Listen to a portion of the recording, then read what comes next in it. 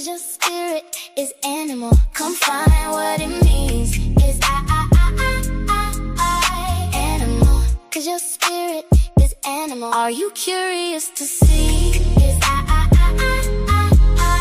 animal. Cause your spirit is animal. Do you know what it means? Bo, bo, bo, like a lion. Come find what it means. Come like the sea. Come find.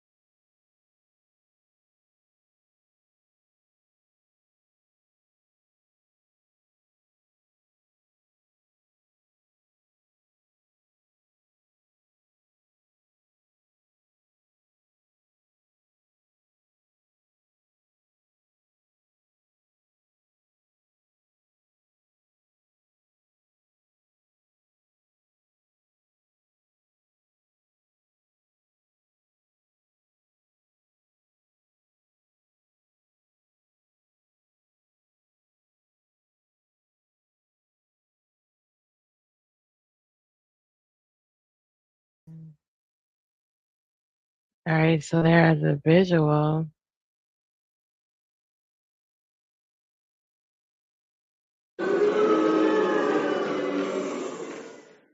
Okay.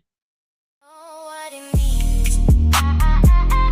My spirit is animal, animal, animal, animal. My spirit is animal. Lions, tiger, bears. Oh my. My spirit is animal.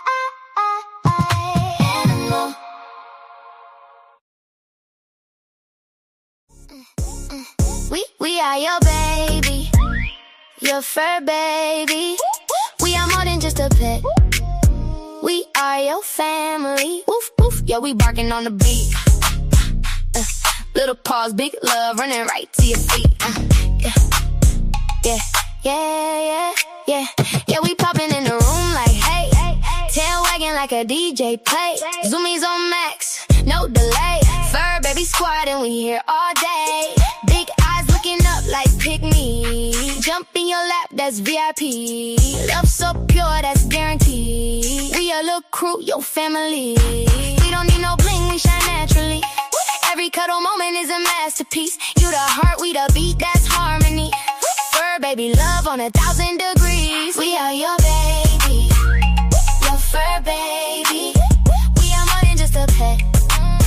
We are your family. Woof, woof. Yeah, we hyping, we happy. Cute little crew and we keeping you laughing. You say treat, we say less. You say walk, we say oh yes. You say come here, we do our best. Fur baby love, we forever blessed. We are your baby, your fur baby. We are more than just a pet.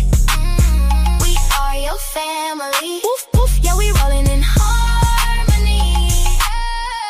Fur baby crew, that's the legacy. We are your baby, your fur baby. We are more than just a pet. We are your family. Woof woof, yeah, we rolling in harmony. Fur baby crew, that's the legacy. Hey, sugars. Hey, y'all. Hey, y'all. Hey there. Can y'all hear me? I hope y'all can hear me. Yes, everything is going good. Okay, good. All right, boom. All right, I had to come in and check. I was like, wait, I don't hear anything. Hey, happy Fur Mother Day to all the fur moms and people moms. and cat moms and dog moms. Mm. Shout out to you guys. And definitely happy Mother's Day to all of the mothers out there, wherever you may be. Happy Mother's Day to you. Rock out, Jen. We're gonna rock out, y'all. Let me see where my stuff is at. Wait. What's going on? No, I had my video up. Okay, well, while I go get my video, I just had it. I hate when this happens. I think I have too many windows open sometimes. Sometimes that can be what it is. Yeah. So okay. So I'm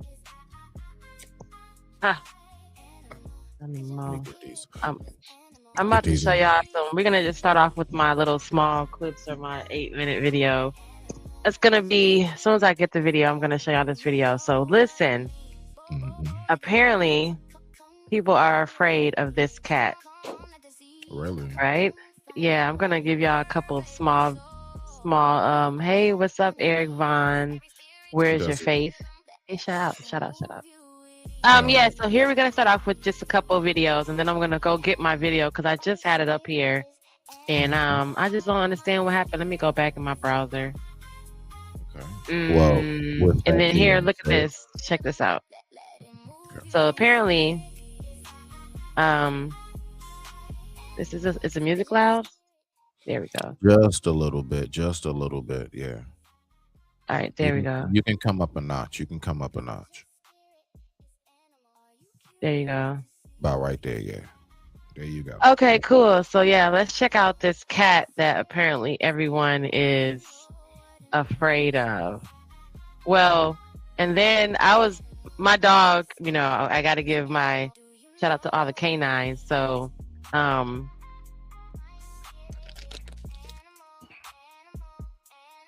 on. What's going on? Yeah. No. Oh, here's the cat. Tigers, bears. Oh my. Check this out, yo. Apparently this is the cat that you need to be afraid of, y'all. Check this out, though. A lot of people freeze. He looks like a domestic lion. Fierce stare, massive body, and intimidating presence. Some people even step back when he gets close. Some actually run when he approaches. But then comes the truth. This lion doesn't hunt. He follows his human around the house, asks for affection, purrs loudly, leans his head in, and truly believes he still fits on your lap. The Maine Coon just wants company. He doesn't want fear. While everyone sees a predator, those who live with him see a giant baby, patient, affectionate, and insanely loyal. Now tell me, if a Maine Coon showed up right in front of you, what would you do? Don't be fooled by this. Wow, look how big he is. A Maine Coon. Yo, did you see how big his head was when he was getting pets? Oh my goodness. Oh yeah. Oh my goodness. So speaking of big cats, we're gonna go right over to the big dogs. I love this. I love the most top dangerous dog breeds, the most top muscular, most biggest muscular dogs. I love all those things, right? Okay, I found my video. So I like to get into the doggy's mind. So we were talking about how dogs can have like spirit, they can see things, and remember Riaz was like dogs can see spirits. So you ever wonder why or how a dog can recognize a bad person versus a good person? How can they tell? Like I've had that happen where my brother's friends or someone that's tried to come over or a guy that was trying to date me came over and he couldn't get in my house. Even when I was younger, like that one friend just never could come in. Everybody else can come in, but that one person could never come in because the dog wouldn't leave him alone, or the dog would growl at him to the point where it would be intimidating. He would be like nervous, like I'm not coming in there. Not just talking about your typical I'm scared of dogs person, right? That person is scared of everybody's dog. But every now and then, other people would be able to come into our home or come visit, come sit on the porch, come in the parking lot, come in the driveway, even get out their car and come to the door, right? The dog does his little barky thing. Hey, someone's outside, let you know there's an alarm. And then every now and then, it would be either my friend, someone that I knew, or one of my brother's friends, where the dog just outright did not like them. And we usually do something to the dog to, like, say, put the dog away, but that dog is trying to tell you something this whole time. So here's my video. We're going to start off with my video since it's about 8 or 9 minutes, and it's going to go through the science that confirms how dogs can recognize bad people. Here we go. They have bad intentions, therefore signaling the dog that they're a bad person. Stick around till the end of this video as we dig up the dirt on your dog's incredible abilities and show you how your dog recognizes a bad person. Number 10. Dogs know when someone is mean. A study in the Journal of Neuroscience and Biobehavioral Reviews found that dogs can tell if someone is mean to their owner. In the study, scientists did a live test with dogs and their owners. They looked at how dogs reacted to different behaviors from humans in 3 situations. In one scenario, a dog owner tried to open a tight container with an actor nearby. The first actor helped, the second did nothing, and the third refused to help at all. After the test, the actors gave treats to the dogs. Surprisingly, the dogs were more likely to take treats from the helpful actor who showed kindness. They were okay with treats from the passive actor too, but they didn't trust the person who didn't help. When the mean OMG. They didn't trust. How do they know? You guys, how do they know? actor offered treats, the dogs refused. They could tell that person wasn't being nice. Get your cat back to their Sorry for the commercials. normal with Silencio, a once-monthly injection given by your vet that controls osteoarthritis pain and Number 9. Dogs can spot liars. In a study in Japan, scientists wanted to see if dogs could tell when someone was being dishonest. They set up an experiment where they placed 2 containers near. What? The dog can spot a liar.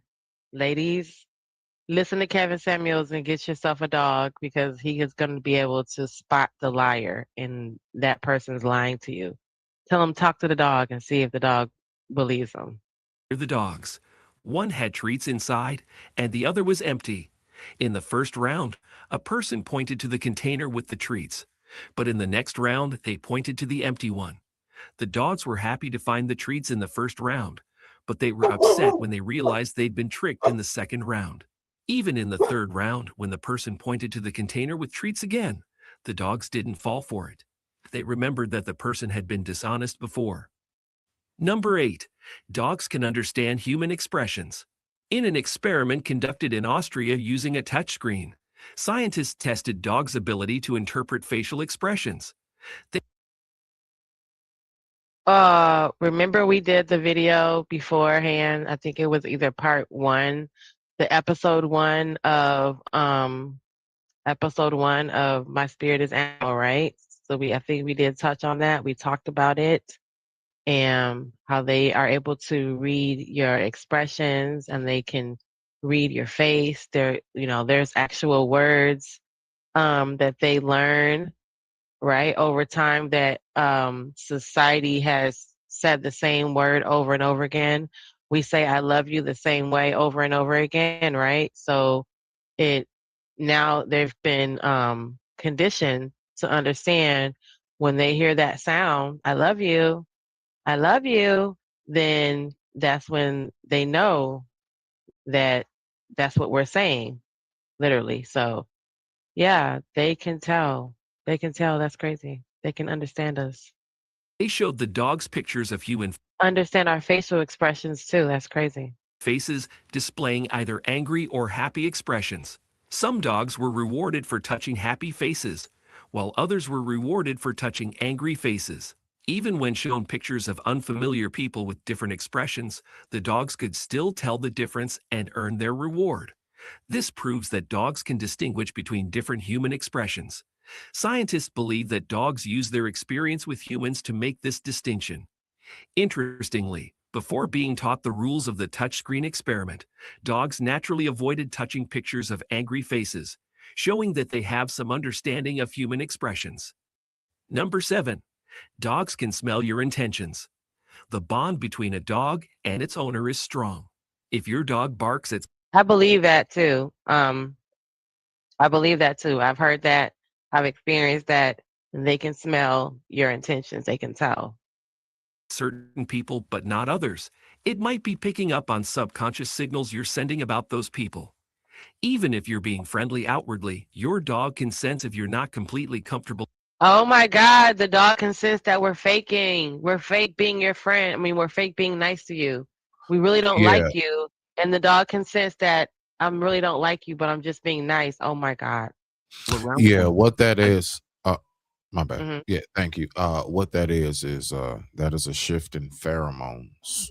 So Mhm. believe it or not, when you're depending on your mood, depends on your actual body chemistry. Your body chemistry is connected to the pheromones.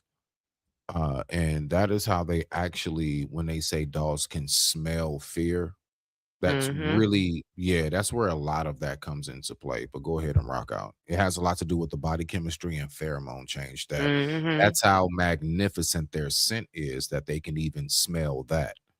Mhm. Oh, look at his nose. Dog's sense of smell is incredibly sharp, thousands of times better than a human's. They can detect when you're nervous because your body releases stress-related chemicals and hormones with distinctive odors, like sweat and adrenaline. Your Pause it. dog may bark at people who make you And They make you you make my even know, nerves bad. They can smell that you make my nerves bad. and you They, even know yourself, I did not see this video. And they can smell you get on my nerves. That's I was crazy. literally just speaking about that. Yeah, the body chemistry and all of that. Yep. Yeah. They I can didn't know they smell were going to that. say that, just for the record, people. I'm just now seeing this just like you. Nah, real talk. Real, just in case I did not. I'm serious. This is They're gonna Jen's be like, video. "Oh, Smitty is Yeah, nah. psychic." This Like, is I don't Jen's know. video that I'm reacting to fresh in my Fresh. videos. Yeah. She's gonna react to fresh. We don't know what each other videos consist of. We going off the wing to keep it, Yeah. raw We just reaction. know the overall Yeah, content, but we don't. He exactly. doesn't know what my videos is. He just knows it's about Exactly. dogs.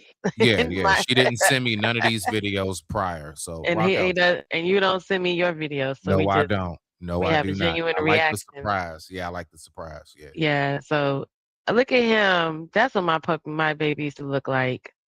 I swear I could tell girl German Shepherds from boy German Shepherds. Don't ask me how I know, but sometimes you know how you can just look and be Rottweilers. I can't tell the difference, boy or girl. They look the same. Sometimes the girls look even meaner, but I can't tell. Pit bulls, I can almost tell sometimes, and German Shepherds, I can look at them and tell. I can tell with Labradors too. I mean, with golden retrievers, like I can see a golden retriever, and you can look at it and almost see it's a girl or a boy.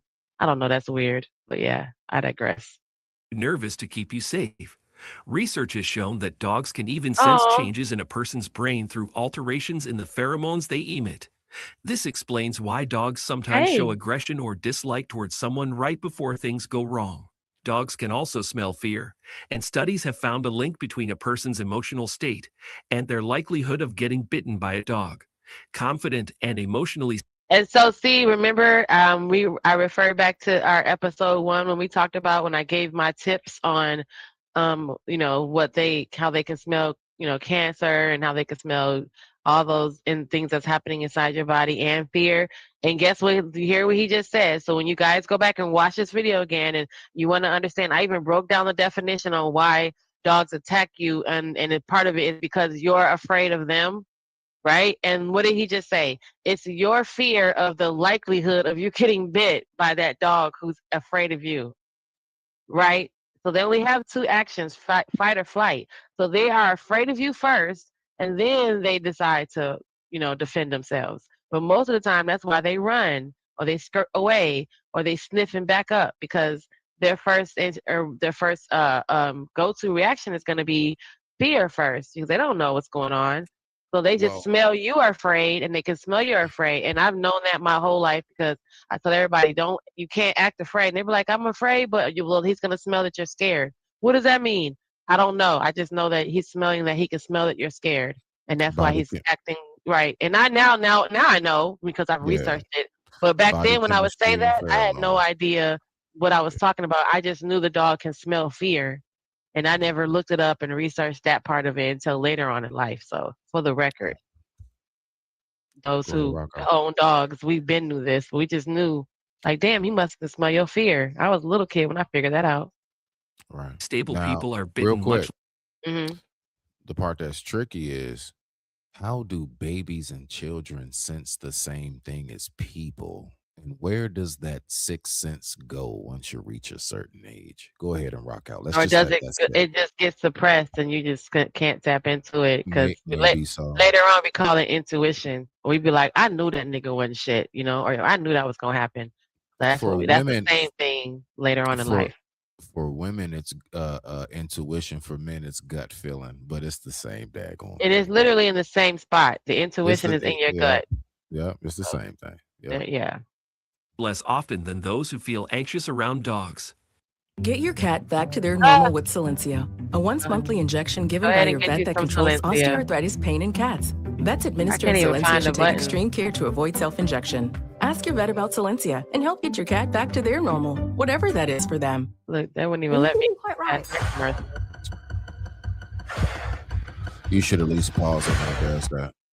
It wouldn't Like, even let me. Number 6. I couldn't Dogs even. never forget their There own. was nothing on the screen. You see, I was oh, looking for it. Yeah, that let me commercial had nothing on the screen. let me go to my channel, make sure everything's flowing straight. Go ahead, push Yeah. button. Owner's smell. Look at. Dogs have an amazing memory for smells, especially their owner's scent. They can remember it for their whole life. Dogs Oh, associate emotions with scents, so when they smell their owner, it Mhm. triggers happy memories. Even if your appearance changes or you've been away for a long time, your dog will still remember how you smell and how much they love you. Studies have shown that a dog's brain gets excited when they smell their owner, just like when humans smell the perfume or cologne of someone they love. So when you come back after being away, your dog will be thrilled to see you because they missed you and your scent. Number 5, dogs are experts at understanding body language. mm. Animal behavior specialists say dogs are really good at reading body language. They notice every little movement we make, whether it's stiff, playful, or nervous behavior. Hmm. Dogs rely on body language to figure out if they're safe around other dogs, and they can also understand human behavior. So if someone is acting differently from what they're saying, your dog will notice right away. That's why your dog might bark or growl at someone they think could be dangerous, even if that person hasn't done anything yet. Number 4, dogs have incredible smell. You might have heard about dogs predicting earthquakes or changes in the weather, but did you know they can also sniff out life-threatening diseases? Dogs can smell serious illnesses, including cancer. A study from the University of California, Davis. Not smell an earthquake or something getting ready to happen in the land is crazy. Yeah. That's crazy Real quick. too. Well, nah. Well, see, the thing is, when you know a little bit more about even when they go to sleep, so you know how they do that continuous turn before they lay down. That's them Hmm. literally Facing north. centering themselves. Yeah, Hmm. they're figuring out the gravitational pull. Like, yeah, exactly. Like That's that's like an a little actual bitty, a baby science. compass. Yeah, it's an actual science behind that. They're not just turning in circles because I thought it was just oh, he's That's just fluffing his crazy pillow. too. Yeah, so it's not that hard for me to believe that. Go No. ahead. Yeah. Yeah. Showed that dogs can detect cancer-affected tissues because they have a specific smell that healthy cells don't. Some organizations, like Medical Detection Dogs in the UK, train dogs to find the odor of cancer in samples such as breath, urine, and swabs. Dogs can also help people with diabetes.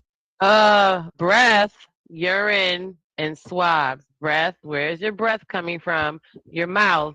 So when something's going on in your body, your dog is all in your face, and you be like, "Oh, he's all in my face. Why he always?"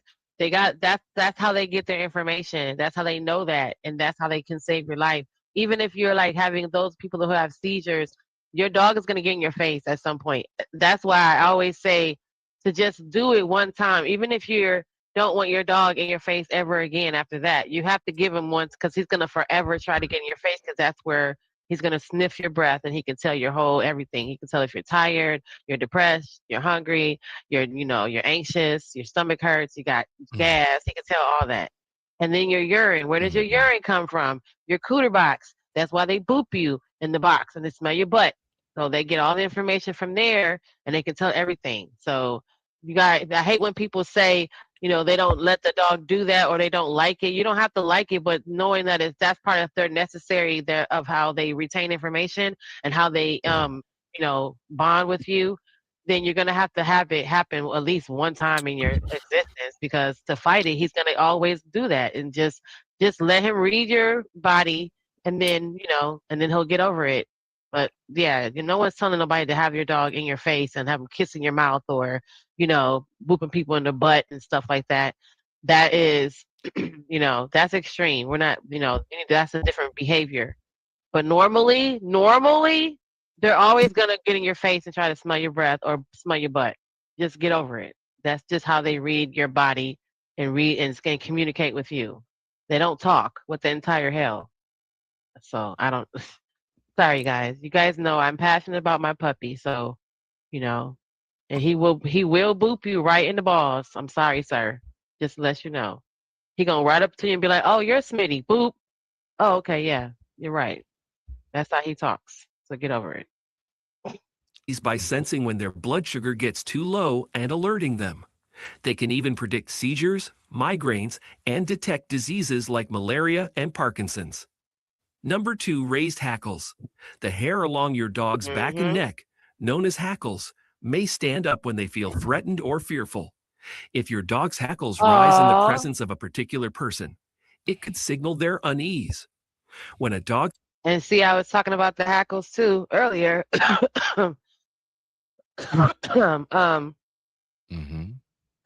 not all hackles are a bad thing, right? Right. I had to get that cough out. But not all hackles are a bad thing, and that I did speak about it earlier about the hackles going from neck to tail. If you have an entire straight stream of raised hackles, that means something totally different than just a few hackles raised up on their butt or a few hackles raised up on their neck, right? So you need to know look at where the hackles are raising. Hackles also raise when they get scared for their own life, right? So if they're not scared for your life or trying to defend something, when they don't have no option and they get afraid, they get hackles as well. And then hackles, obviously, the ones all of us know when we see a dog with hackles, he's getting ready to fight. That's the most common scene understood when you see a hackles. But hackles don't always mean he's angry and he's getting ready to fight. They do get hackles for defense, but you have to look at if they're on the butt or if they're by the neck. But when those hackles raise and there's a complete dark patch going down their back, that's when they step into part of their natural canine defense. So I've been in situations where I can't stop the dog if he gets a full row of hackles. He's ready to just, we saw a coyote and he was not trying to hear that. And I mean, he would have snapped his leash. Luckily, I have 2 leashes. I carry an extra leash that I have to grab around his neck where he has a choke chain on his neck. Some people use a prong collar. I use a choke chain, right? Because I don't want a prong collar. So that's the same effect to get him to stop, in that moment. So if I have to pull my second leash out real quick and throw it on, try to connect it to his choke chain, and he's trying to get this coyote that's running through the field and shit, he had a whole full row of hackles. I'm like, that's at that point, he's going back to what his nature, that if he was out here, he would have to tear that thing apart. So y'all just pay attention to where the hackles are, because all hackles doesn't mean the dog is dangerous. That's crazy when why would you just only think that? Why wouldn't you know it means anything else? That's just wrong. Respect your breed. Hackles rise in the presence of a particular person. It could indicate that the dog perceives them as a potential threat or feels uneasy around them. It's one of many body language cues that dogs use to communicate their emotions and perceptions. While raised hackles can be a sign that a dog is uncomfortable or on edge, it's crucial to consider the context and other behavioral cues when interpreting this behavior. Not all instances of raised hackles indicate aggression or fear, and dogs may exhibit this reaction for various reasons. Number 1, why dogs bark at some dogs but not others. Mm-hmm. When you're walking along the street with your dog and they see another dog, they might bark and lunge to keep the other dog away. Or they might just keep their head down and walk past without barking. Ever wonder why? Dogs communicate mostly through body language and scent. So your dog might bark at some dogs because they show threatening body language. Your dog might pick up on subtle signs like a stiff tail, tense mouth, or wrinkled nose that could be off-putting. Dogs can sense these cues or scents from a significant distance away. Another reason why your dog might not like certain dogs could be because of past experiences. Mm-hmm. For example, if your dog was attacked by a brown male dog before, they might be scared of similar-looking dogs in the future. Overall, dogs are pretty amazing creatures. They can detect life-threatening diseases. Dogs' exceptional senses of smell are already used to detect drops in blood sugar, potential bombs, drugs, and even cancer. So it should come as no surprise that dogs can pick up on other chemical changes within the human body. When a person is acting aggressively, their brain chemistry changes in a way that dogs can smell, causing them to react to a potential threat before their human has perceived the threat. Unfortunately, there's a caveat. Psychopaths experience few emotions, so their brain chemistry would be unlikely to change and give a dog warning about their bad intentions. Understand our body language, detect mean people, and even sense when we're trying to trick them. So if your dog doesn't like someone, they might be onto something. Mm-hmm. Trust your dog's instincts. Get your cat back to their I do, and I do trust my dog's instincts, Smitty. And then you see how it says psychopaths. They very, very rarely change in their brain chemistry. So dogs, it makes it hard for them to kind of sense if this person is bad or not. So that's to answer your question that like, yeah, well, if dogs can smell, then why can't they smell if a crazy person? Because the crazy person, every other crazy person they can smell except when it comes to psychopaths because their brain chemistry doesn't change. They're stoic or, they have a certain stigma or a certain, image that they carry, that they stay a certain way. So the dog can't tell if that person is good or bad. But everybody else it seems to get a clear connection. So yeah, dude. And then, it's so crazy because with my ex already was abusive to me. Then he is abusive to the dog. And the irony that he got me the puppy because I had to, get rid of my first puppy, and he was getting old, and I had to put him in a old dog sanctuary. Because at least in the dog sanctuary, they can just live there until they go over the Rainbow Bridge, right? They don't have to worry about being in a shelter, and they may or may not get adopted.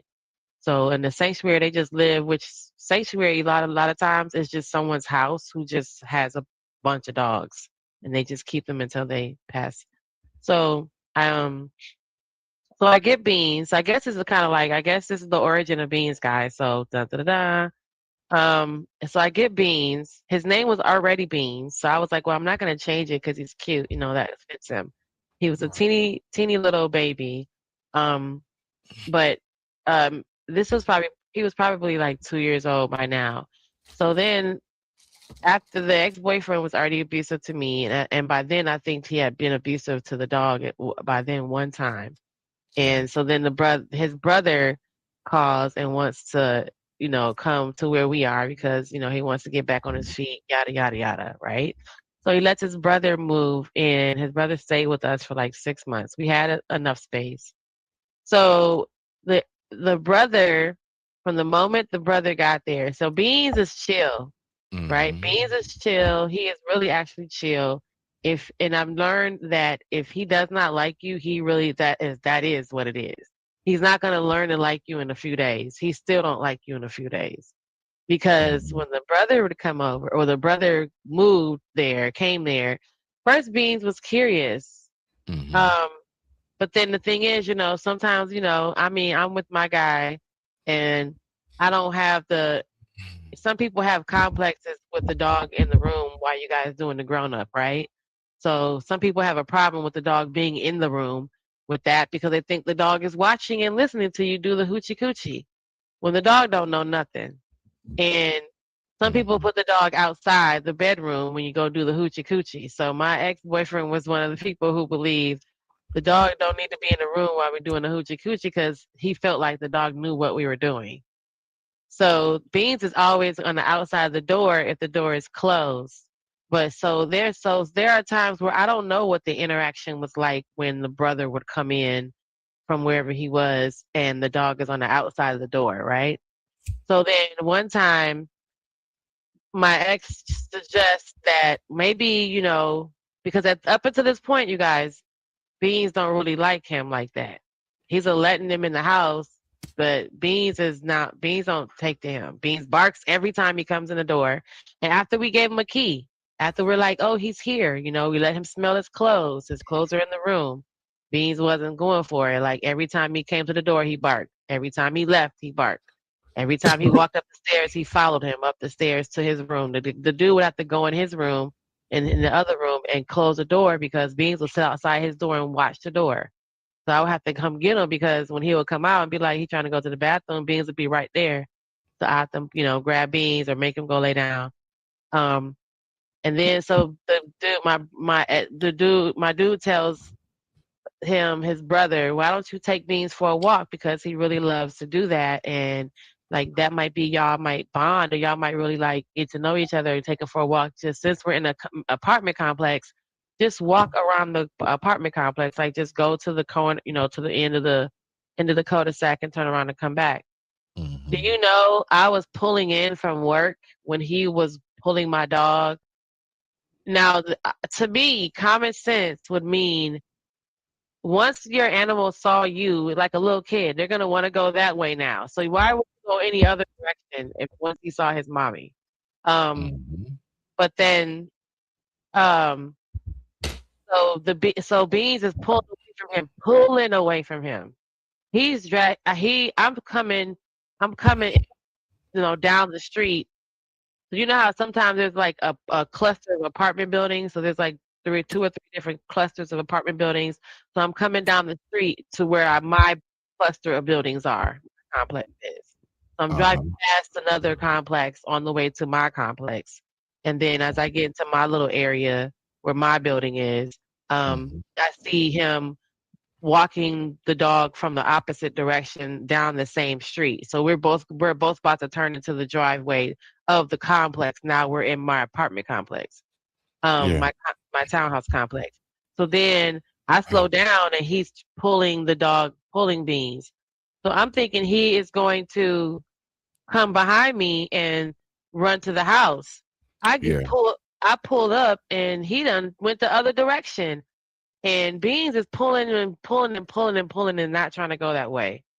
Now let me tell you, we should have known. Now I should have listened for real. I was feeling that a little leery leaving, and I'd never have to get like this because everybody knows me. I would take care of my own pet. Now you don't got to do nothing for me and my dog or my cat or whatever I have.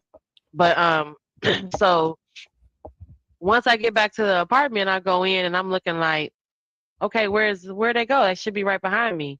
No, they done turned around and went the other way, and I'm running outside, and Beans is pulling away from him, trying to run away from him. And he pulls up with Beans. I take Beans in the house. Beans runs upstairs, and he goes and hides underneath my bed. And I go underneath the bed because the space underneath the bed is big enough for me to fit underneath there too. So I go underneath there. He's already hunched down on all fours.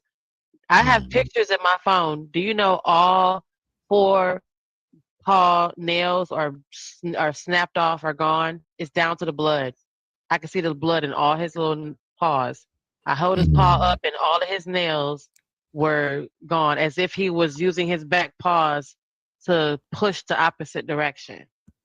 So I doctored him up, I put medication on it. I cleaned it. I sanitized him. I wrapped his little paws up, he made him sleep in the bed with me so I could watch him and stuff. And after that point, he didn't like the brother beforehand. After that, he really didn't like the brother.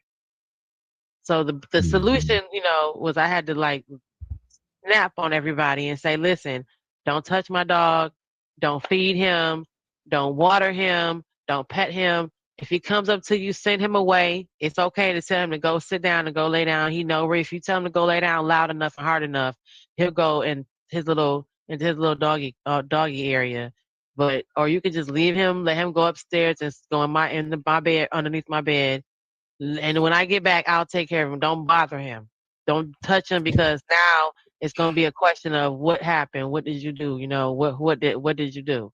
So and then later on, I tried to go for a walk, and normally we could walk to the store, which was in the direction that the brother was coming from when I was pulling into the complex.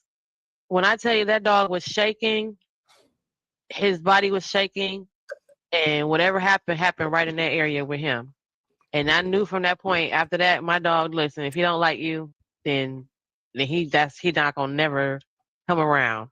And just leave him alone because that's serious. Like he was trying to get away from him. And I don't know why taking him for a walk thinking that it was gonna make him like him. He didn't like him even more. He didn't like him more after that. He really didn't like him. And it was really uncomfortable with him being there because my dog didn't like him. You know? So I would put the dog in my room. Like don't even bother with him. You know, Right. because he clearly he not feeling you. So, but yeah, that's a true story. Okay. So what? No.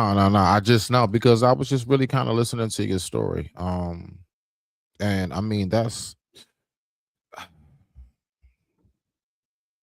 the one thing I know is that dogs have an innate sense of like it's something about I guess spirit, and I don't find it coincidental that if you spell it backwards, what it is. I'm not saying they are, but to think they are man's best friend, and coincidentally spelled backwards, it's just something I've always thought about. But no, I just wanted you to I noticed that was a moment for you to tell your story, do your thing. So I just didn't want to interrupt that. That's all. So I mean, I'm ready to get back to the show. What we got? What we got? Listen, I'm You let me know when you're ready on my end. I don't know because the cat videos have me cracking up so much. I don't understand.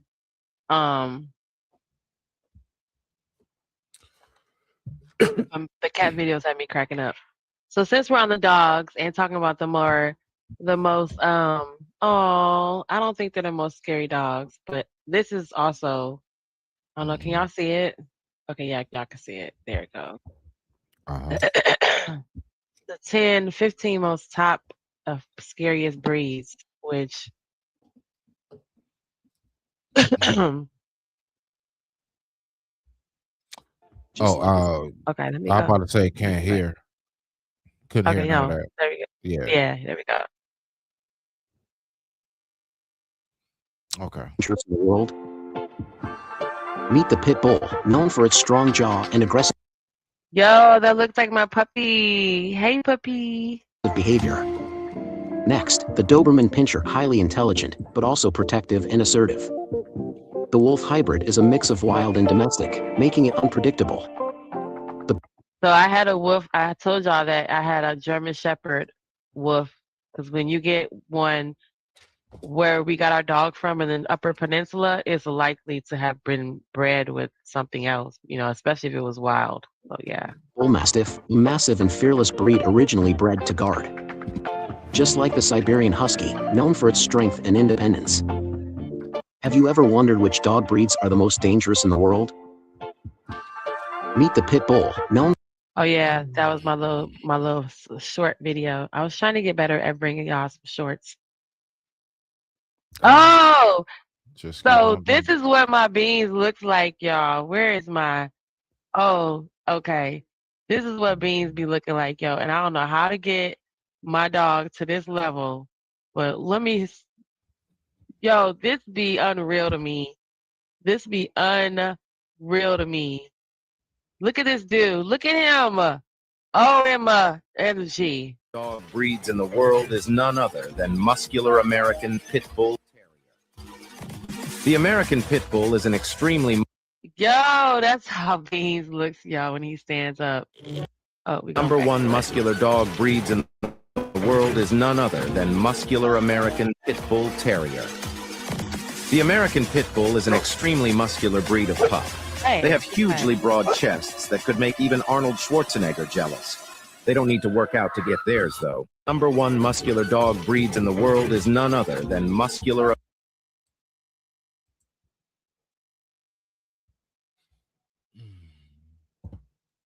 My mic was muted. Sorry. I was like, yo, y'all didn't hear me hollering? Dude, are you serious? Beans looks like this somewhat, but dude, what are you feeding him? People, what is he eating? Oh my That has a lot to gosh. do with the weight training. What they do, they actually like put weights on the dog and like Oh my tires. gosh. Yeah, Yes. they'll put Oh, like tires and then like a chain on it and have the dog run with them for a certain amount of miles, stuff like that. oh my gosh. They actually do weight training. Yeah, there's ways you can do that for a dog. Beans doesn't look like this, but he looks like the other dog. Look. American Pit Bull Terrier.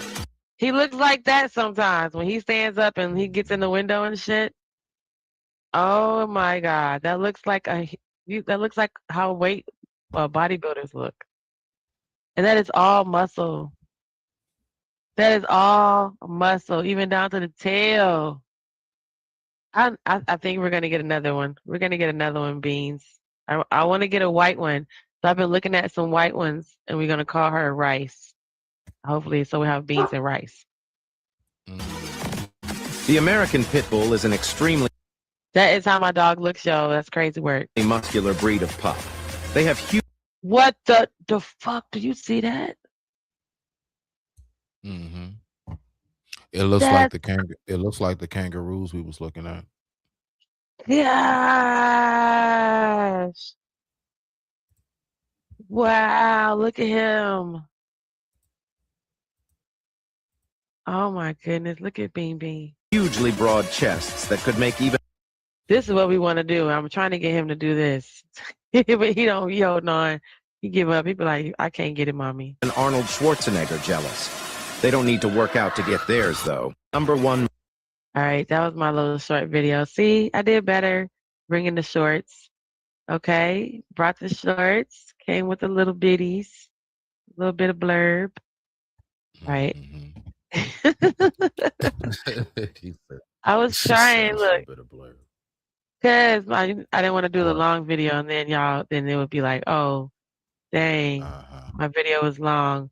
But I still have long video stuff that that's okay, guys. It's okay to learn. Jesus, y'all be fighting the education. Now, why do we have to hear all that? Well, it's not about that. It's not about that. It's the form. It's the whatever. form in which how you present it. Like it's just learning that little trick, that little niche, that little way of bringing it to them in a fun, lively way. Like, see, the thing is, you want to trick them into learning something. Nah, that's really kind of that's really kind of the key. Like, you don't really want to be up here sounding like not saying you do, but sounding like the Visine Clear Eye guy. All right, class, we're gonna go ahead and look at chapter 54, like that. It's just the way in which you present it. That's why I'm very strategic in the videos I like to pull up and what it is that I look up, because I know like keeping people's attention is very, very huge. So I mean, you're doing great. And they like both too. Just they look like at your videos back behind yourself is the best thing I can tell you. Oh yeah. I'm part of the reason I have 16. You'll learn rewatches. Yeah, I was just I was just gonna say, but not even just that. I ain't even forget the rewatch. I'm talking about for you, like watch your own stuff back over and critique yourself. Like I do that. You know what I mean? Like, you know what? Yeah, I'm gonna learn how to maintain my voice here. I'm gonna learn. You know what? Let me try to. Let me try to be a little more patient. I noticed too that because of my know, speech impediment, that I noticed yeah, sometimes my words might get jumbled. So I noticed I need to speak a little clearer. And in right. real life, and if you're in my face, you hear me talking to you, and we're talking, and I talk pretty fast. So I'm going to try to make sure that I be clear on what I'm saying, and make sure y'all hear me. So I'm gonna wrap up my little segment this first hour of Okay. 6 things you do your dog thinks. 6 things your dog thinks when you ignore him. So sometimes we Okay. don't realize that when we don't. So I'm all about understanding your breed. So when you understand that, and then just in general understanding dog behavior, so we already know that they use their nose to research and look into things and understand and download. So it's kind of like crazy to think like, well, when you ignore your dog, you walk in, you walk right past the pet, and you just walk right over him. There are moments that the dog is laying there and they're laying in the way because they know that you walk that direction, and they want to be next to you. So the one thing that we always tend to put in the back of our minds is that dogs are pack animals. So we do things as people that it feels like to them they're being ignored. And we don't Gotcha. think about that, and we're like, well, why would you think about that? But now that we know that they read our body languages, okay, because now we're moving forward in our thinking, right? With all this great knowledge, they can read our body languages, they can tell if we're sick, or they can tell if we're depressed. So then why wouldn't they understand if we did ignore them, right? You walk right past them. You walk and they're looking right at you, but you ignore them. So they're highly social animals, and they rely on interaction and communication to navigate through the environment and relationships that we have. So when the owner ignores them, even just for a moment, it can trigger a range of responses, Mm. and that reflect in their instincts, learned behaviors, emotional sensitivity. According to some veterinarians and animal experts, these reactions are often more complex than they appear. All right. So one of the first things that I'm going to say, we do something when we ignore the dog. One of the things they think is they self-reflect. We don't even think about it, but the smarter your breed, the smarter your dog is going to be like, did I do something wrong? And usually when that's a person, that person's very insecure. So now you're creating this fountain of insecurity that's going to flow every now and then when you ignore your dog. So they're going to seek reassurance. And especially if the dog is already a people-pleasing dog, they're really going to wonder and it's not on you to be like, what is my dog thinking? But realizing that they have that whole emotion that goes over them that says, did I do something wrong?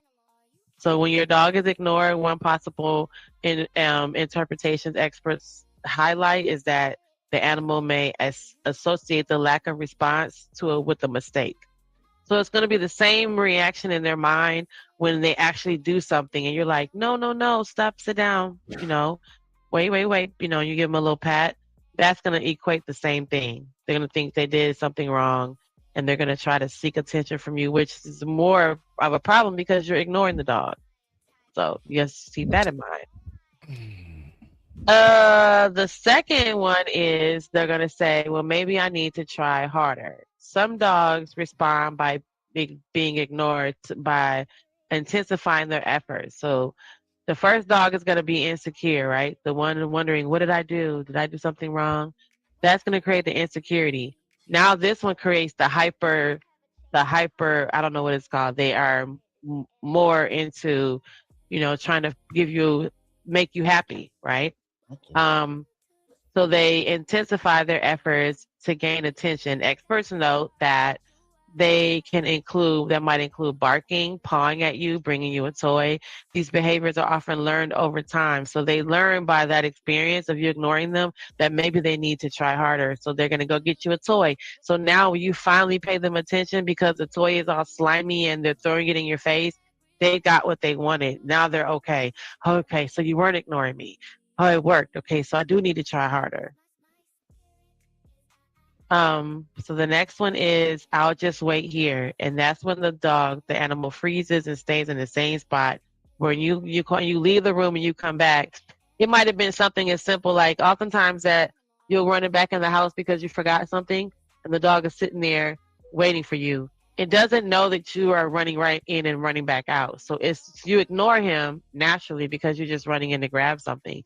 But so it sits there and waits for you. Now, when you left, the process of you leaving gave the dog closure to know that you're leaving the house for a long time.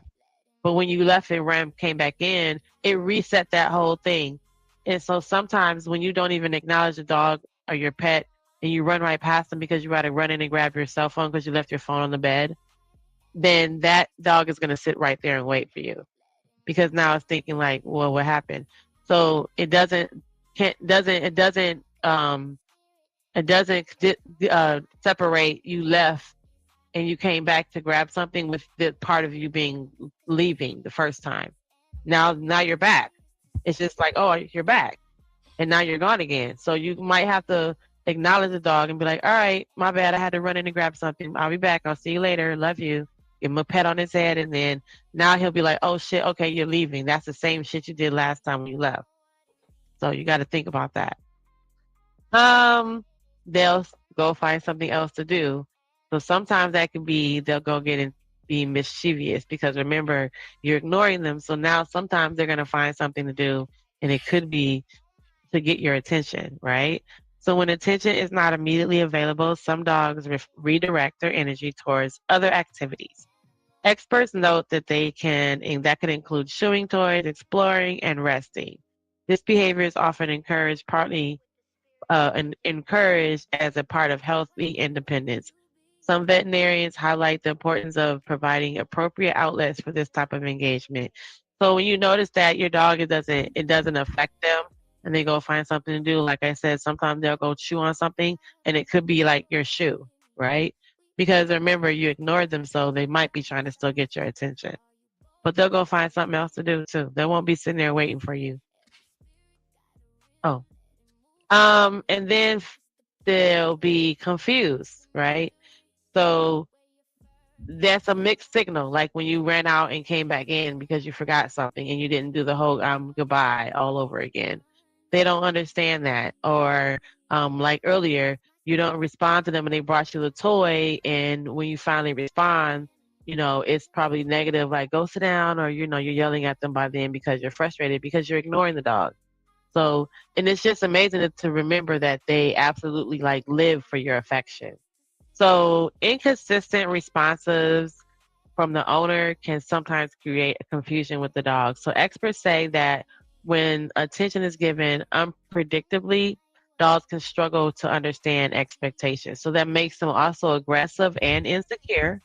This can lead to hesitation or repeated attempts to engage. So they're going to either be not wanting to engage with you, which is crazy because you own a dog that don't really want to fuck with you or deal with you, or they're going to be excessively engaging. They're going to keep trying to be in your face, which means let them engage with you, get it over with. So veterinarians suggest that a clear, consistent interaction helps with reducing this uncertainty, and dogs rely on patterns to interpret human behavior. So it's crazy to not remember this, you know what I'm saying? To not remember that and have a pet and then to not consider all this. I think this is the last one too. At the broader level, they miss the interaction, right? Social connection matters. They're pack animals, people. What do they do? What do puppies do? They all lay together and they pack up. What do your kids do? They lay all over you.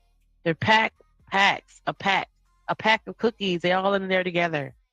So at a broader level, dogs are social animals and benefit from regular interactions. Experts emphasize that consistent engagement supports emotional well-being and strengthens bonds.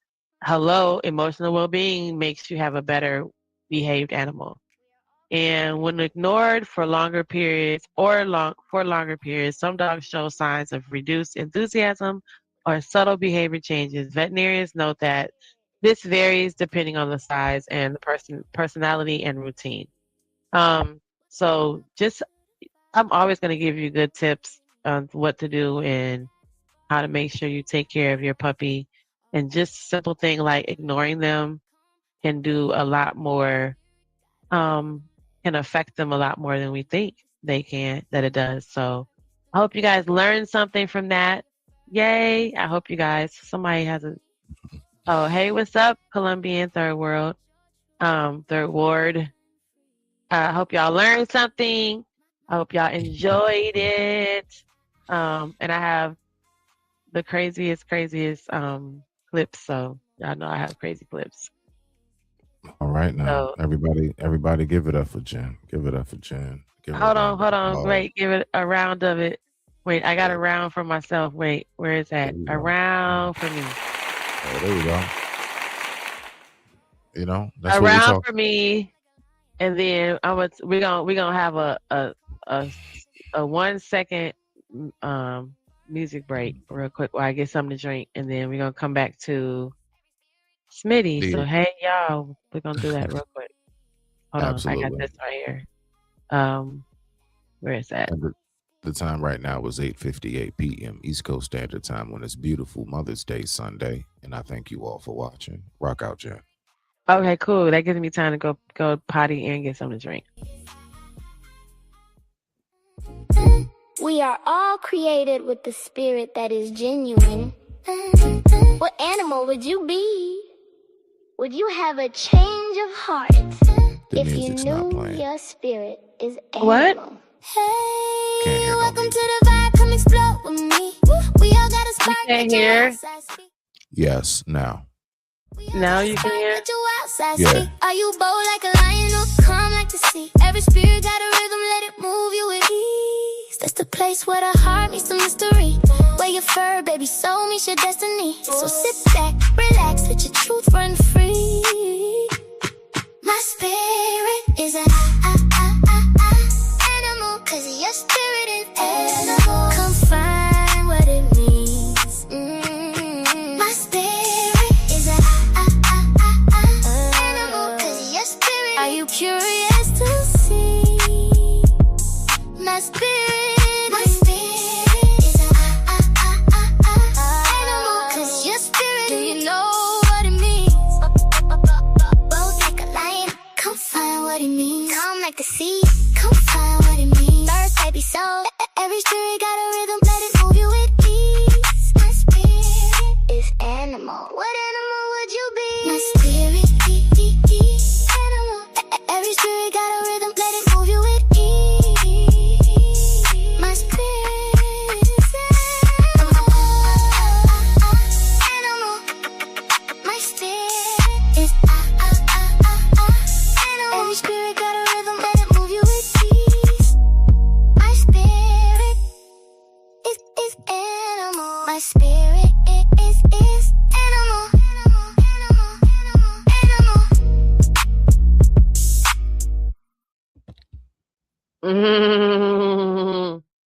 That's a little bop, ain't it? That's a cute little bop. Man, shout out to the tunes. Shout out to the tunes. That's Beans. That's DJ Tailwag.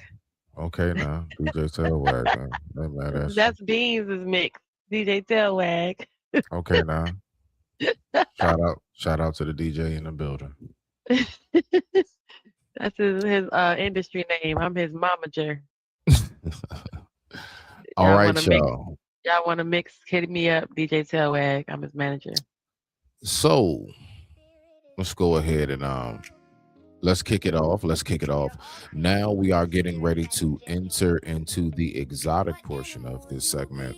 Now, what we are going to be actually talking about, considering that it's Mother's Day, we're going to be looking at mothers. We're going to be looking at different ways, oh so wild ways that mothers give birth. It's going to be very different here today. And we're also going to be looking at how they nurse and the different forms of things. We're also going to be looking at a slight little bit of the mating and courting aspect of this, all right? Because it is Mother's Day. So we're going to try our best to go ahead and keep it right on track of what the day is and what we're talking about.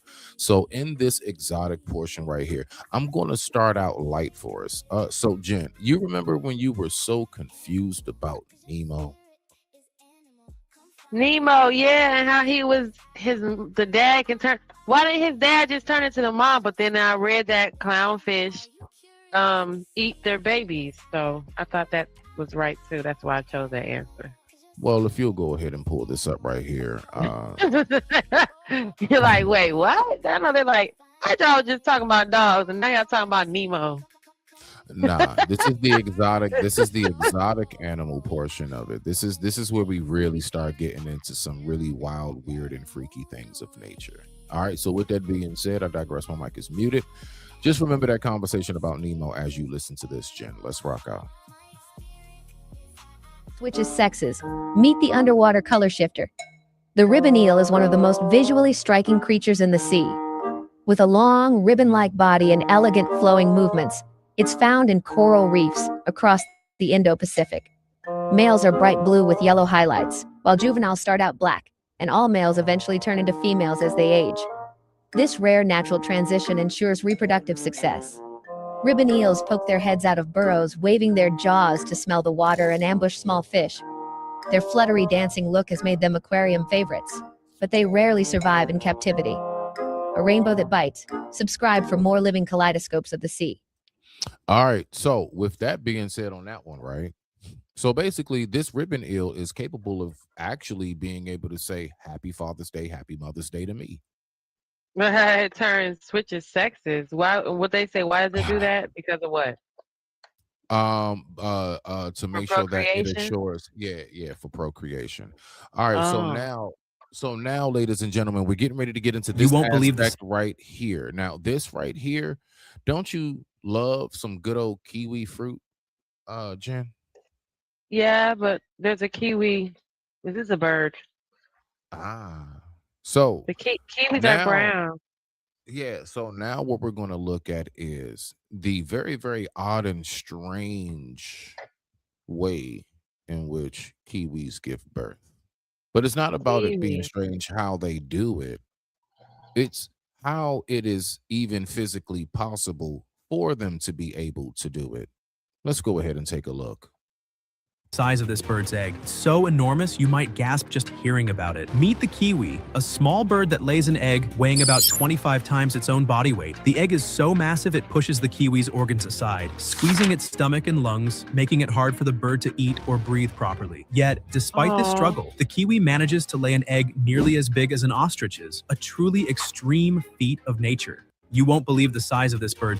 Now, I want us to really think about that right there.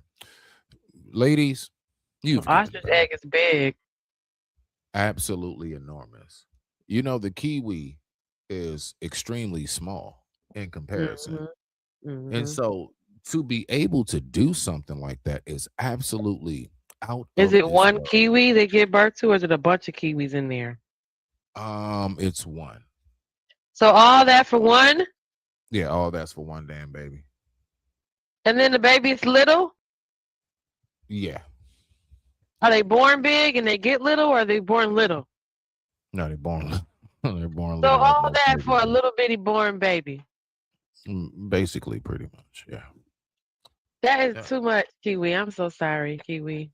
Man, it is absolutely out of this world. And you know, the kiwi is a bird, I believe, that is flightless as well.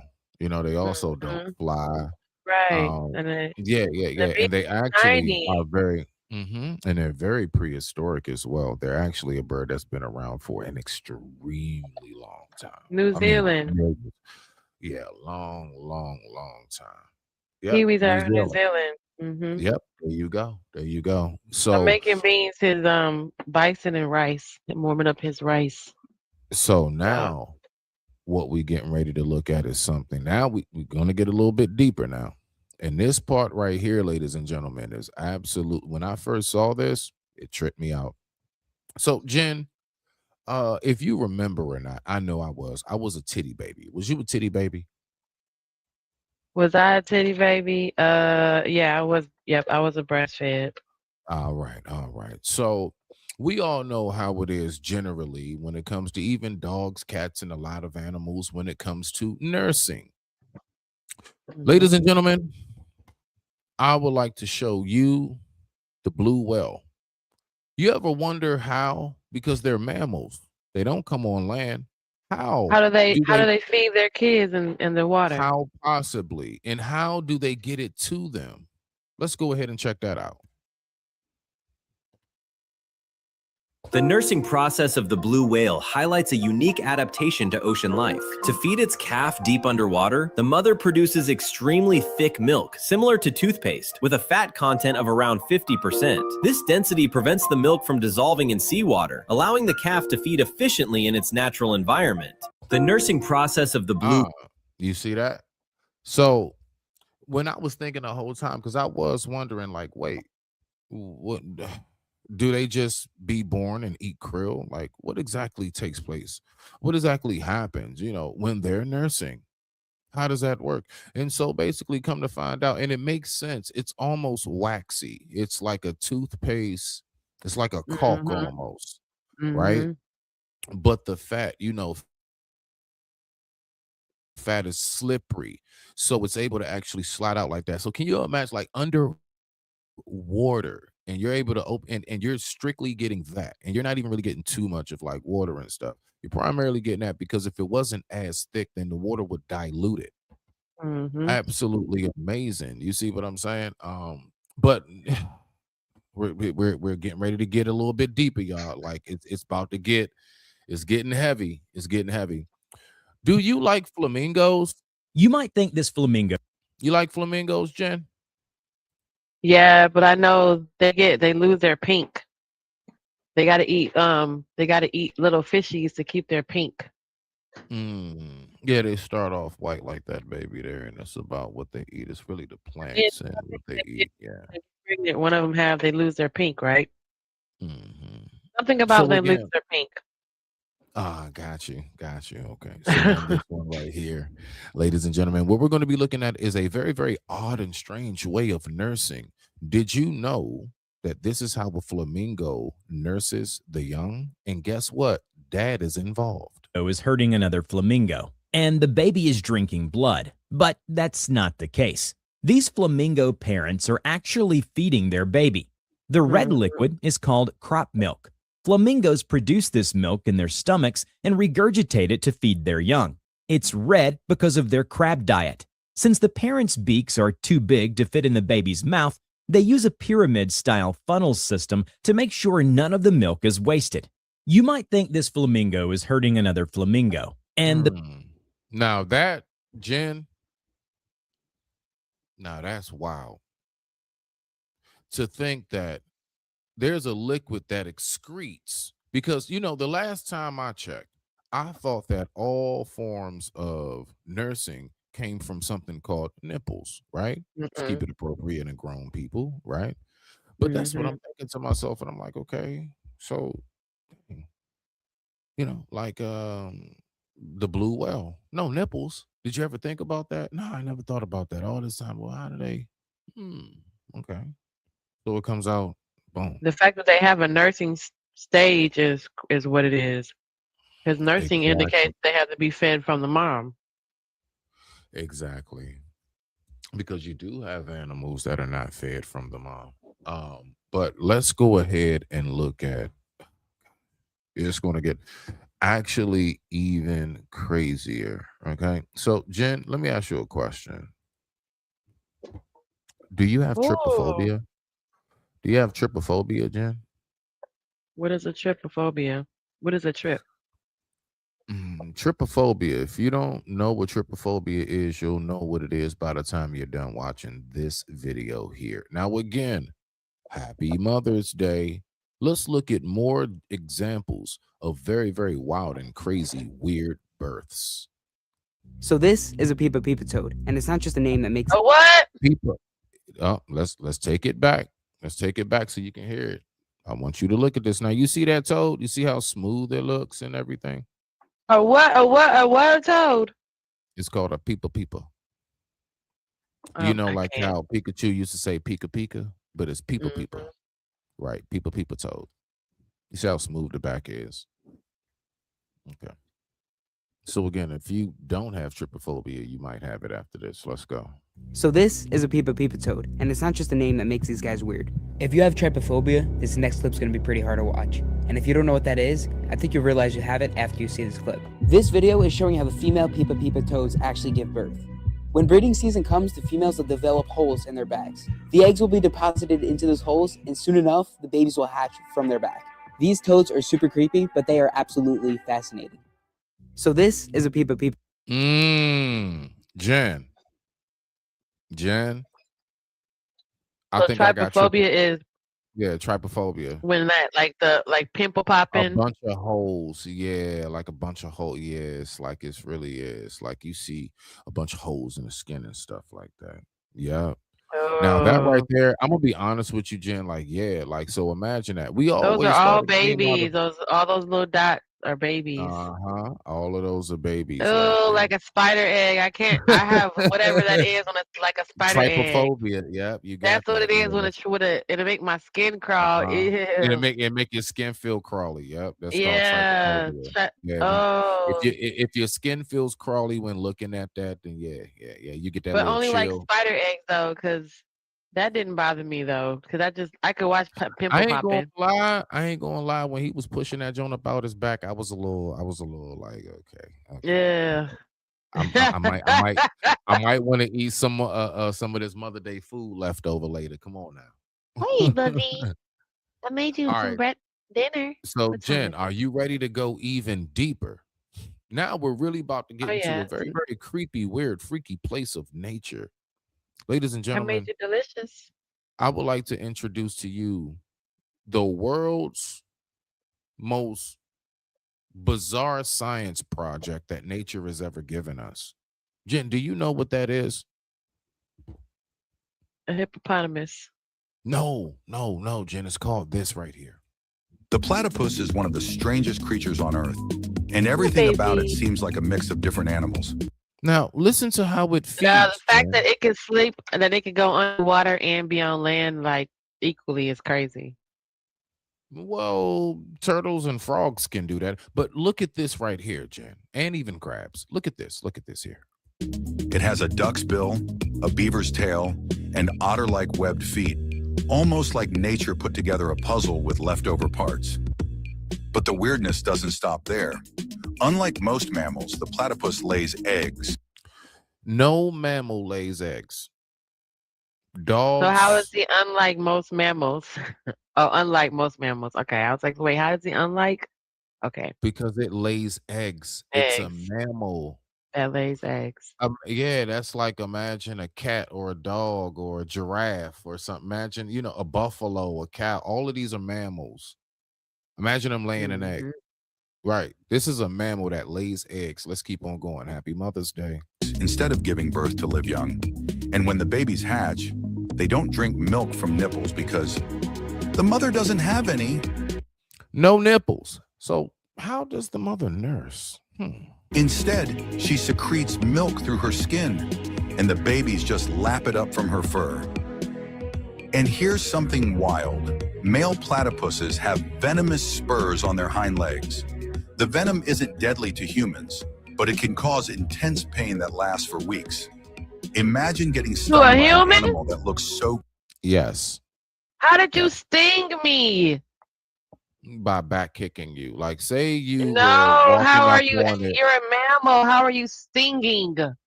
What other mammal sting? Exactly. No, good How one. did you Good sting catch. me? I'm not That asking is you a like the good logistics catch. of you It's a stinging me. venomous- How did you get venom in your body? Because everything else that has venom is not mammal. So how did you sting me? Yeah. cute. The platypus is also a stealthy hunter. It doesn't rely on its eyes, ears, or nose underwater. When it's underwater, it's blind. So I want you to imagine like if you didn't have goggles on and then you jump into the pool and then you just close your eyes so like the chlorine don't burn them. The water don't burn your eyes. It And you're don't just rely on his swimming. eyes, ears, or nose. No. What do you rely on then? You can't see, smell, or hear. Electro senses. No. It's like an electric pulse. Electro senses. Let's see if they talk about it. Instead, it senses tiny electric signals from its prey. There you go, right there. Let me rewind that. Oh, like with the water buffalo. He's like, pew, pew. Imagine getting stung by an animal that looks so cute. The platypus is also a stealthy hunter. It doesn't rely on its eyes, ears, or nose underwater. Instead, it senses tiny electric signals from its prey using special receptors in its bill, like a built-in radar system. Oh, and here's the craziest part. Platypuses glow under UV light. Scientists discovered this in 2020, and no one really knows why. Yeah, they glow. Yeah, they glow. It's something like How do they glow under UV ultrafluorescent. light? It's like Ooh, ultrafluorescent. It's a name for it. I'm going to look it up so I don't give off the wrong information, but they actually glow. not them glowing. Yeah. So what do you think? Now, what I Don't think eat is your that poo. honestly, Come on, I think that come on. that definitely is the Frankenstein of nature. It has a duck bill, has a beaver's tail, has an And it otter's has body, stingers. and it has stingers. No Stingers like nipples. a bee. But you also have to remember this. I want you to Venom like a try snake. your best. Try your best to get your brain to register this. Try your best to get your brain to register this. It eats food and it has no stomach. Why doesn't it have a stomach? It has no stomach. Why? Where would you? It eats I don't. food, but it has no stomach. And then it can't breastfeed because it has no nipples. So then the baby just come out eating food. Like the baby I'm just come just out curious come about the out going whole. straight to the table. There's I'm no baby. curious about the entire process of, okay, so we know the stomach. Okay, so you have your mouth, You're being born from an esophagus. egg. You have mouth, esophagus, stomach, small intestine, larger intestine, blah, blah, blah. And then it comes out. Okay, boom. If you do not have that midway point, that truck stop called the stomach, What happens? how do you go to the bathroom? Well, maybe we need to look up the what do you call it? Anatomy of a platypus, because that's just crazy. On top of All that, right. Well, let's that's just just go even ahead and do crazy. that now. Let's just do that now. One Because second. how do you don't have a stomach? How do you even eat? Who? So let's take What it are from you? the Is top. that? Are you like a dinosaur? Are they left over from that dinosaur stage? Those they got left here on Earth. They're still the last ones. They One were second. hiding. Because that's crazy. I'm not sure, Jen. But let's go ahead and try this real quick. Here we go, Jen. All right. 1, 2, 3. Ask Nancy. Nancy, are you there? Hey, I'm here. Yeah, I can hear you. What's up? Is platypuses dinosaurs, Nancy? Of course, take your time. Just let me know what you need, and I'm ready to help out with anything you've got on your mind. Thank you, Nancy. I will go ahead and ask. Nancy, first question I would like to ask you. Does a platypus have a stomach? Ah, great question. Yeah, it does. Even though platypuses are pretty unusual, being one of the few mammals that lay eggs, they do have a digestive system. So they have a stomach, intestines, all that. So they actually do have a stomach. Okay, so let me ask you this. How exactly do they use the bathroom? Yeah, good question. So platypuses, like other mammals, have a cloaca. Basically, it's a single opening for excretion, reproduction, and urination. So everything goes through that one spot. Pretty efficient in a weird way. Ooh, thank you, Nancy. Ooh, so that junk bleeds, pees, boo-boos, and have babies all through that one canal. It's Pretty gross. efficient. Sounds like a clinic visit to me. But they're platypuses and they're born from an egg. And they don't have no nipples. But Well, and their see, the babies thing come is out going that- right to food. Ah, man. Ladies and gentlemen, I went on ahead and I saved this last one specifically because it is Mother's Day. And we know how fantastic Mother's Day is. And we know how much Father's Day sucks. Father's Day is okay. I like Father's Day. Okay. Well, we're going to also prove in nature how they let you know Father's Day is some But anyway, with that being said, I digress. My mic is muted. Now we're about to look into the reproduction, reproduction system and how it works of something called the anglerfish, way down in the darks of the ocean. You remember on Nemo, the big fish with the teeth, and it had the light on the top of its head? Yeah, so let me That's see an that. angler. That's Okay, an let me angler. see. Yeah, so the Toledo Zoo, we went on like a zoo when my sisters were little. We used to like just go to like I used to always take them to do stuff.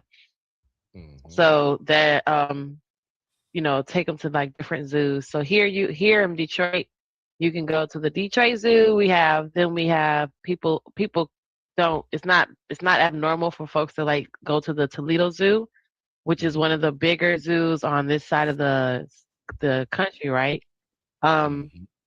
So Toledo Zoo has that exhibit with their aquarium where you go down in the cave, and you're under the habitat, right? You know what I mean? Like you go inside the monkey habitat, and you're going through the little cage, right?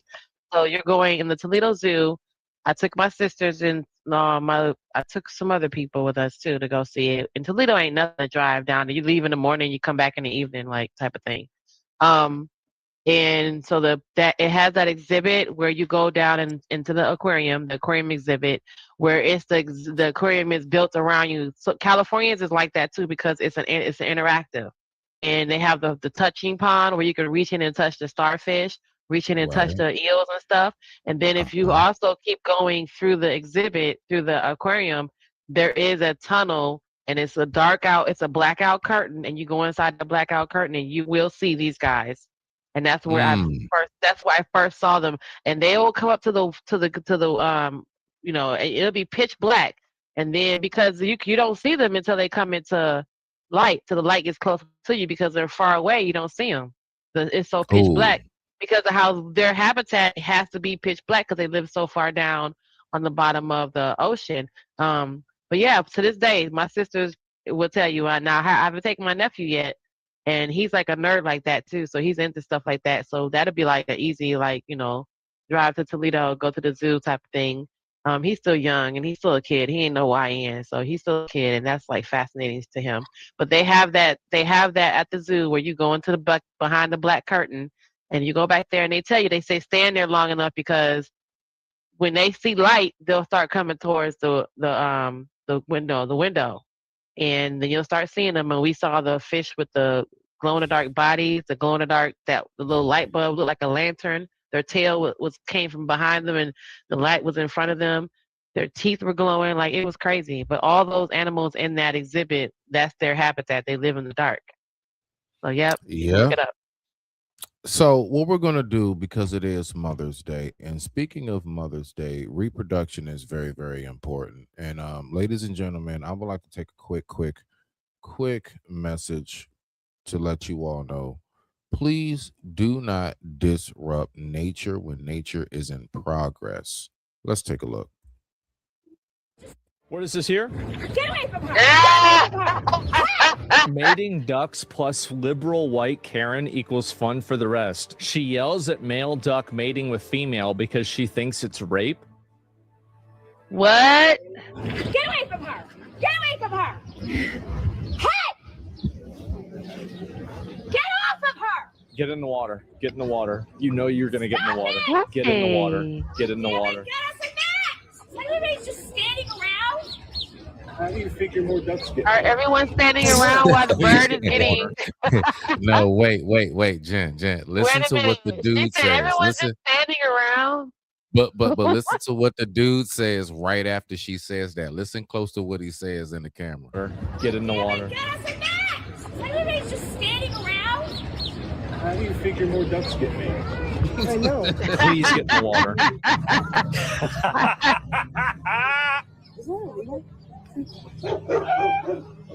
Uh-oh, puppy. Yep, there she goes.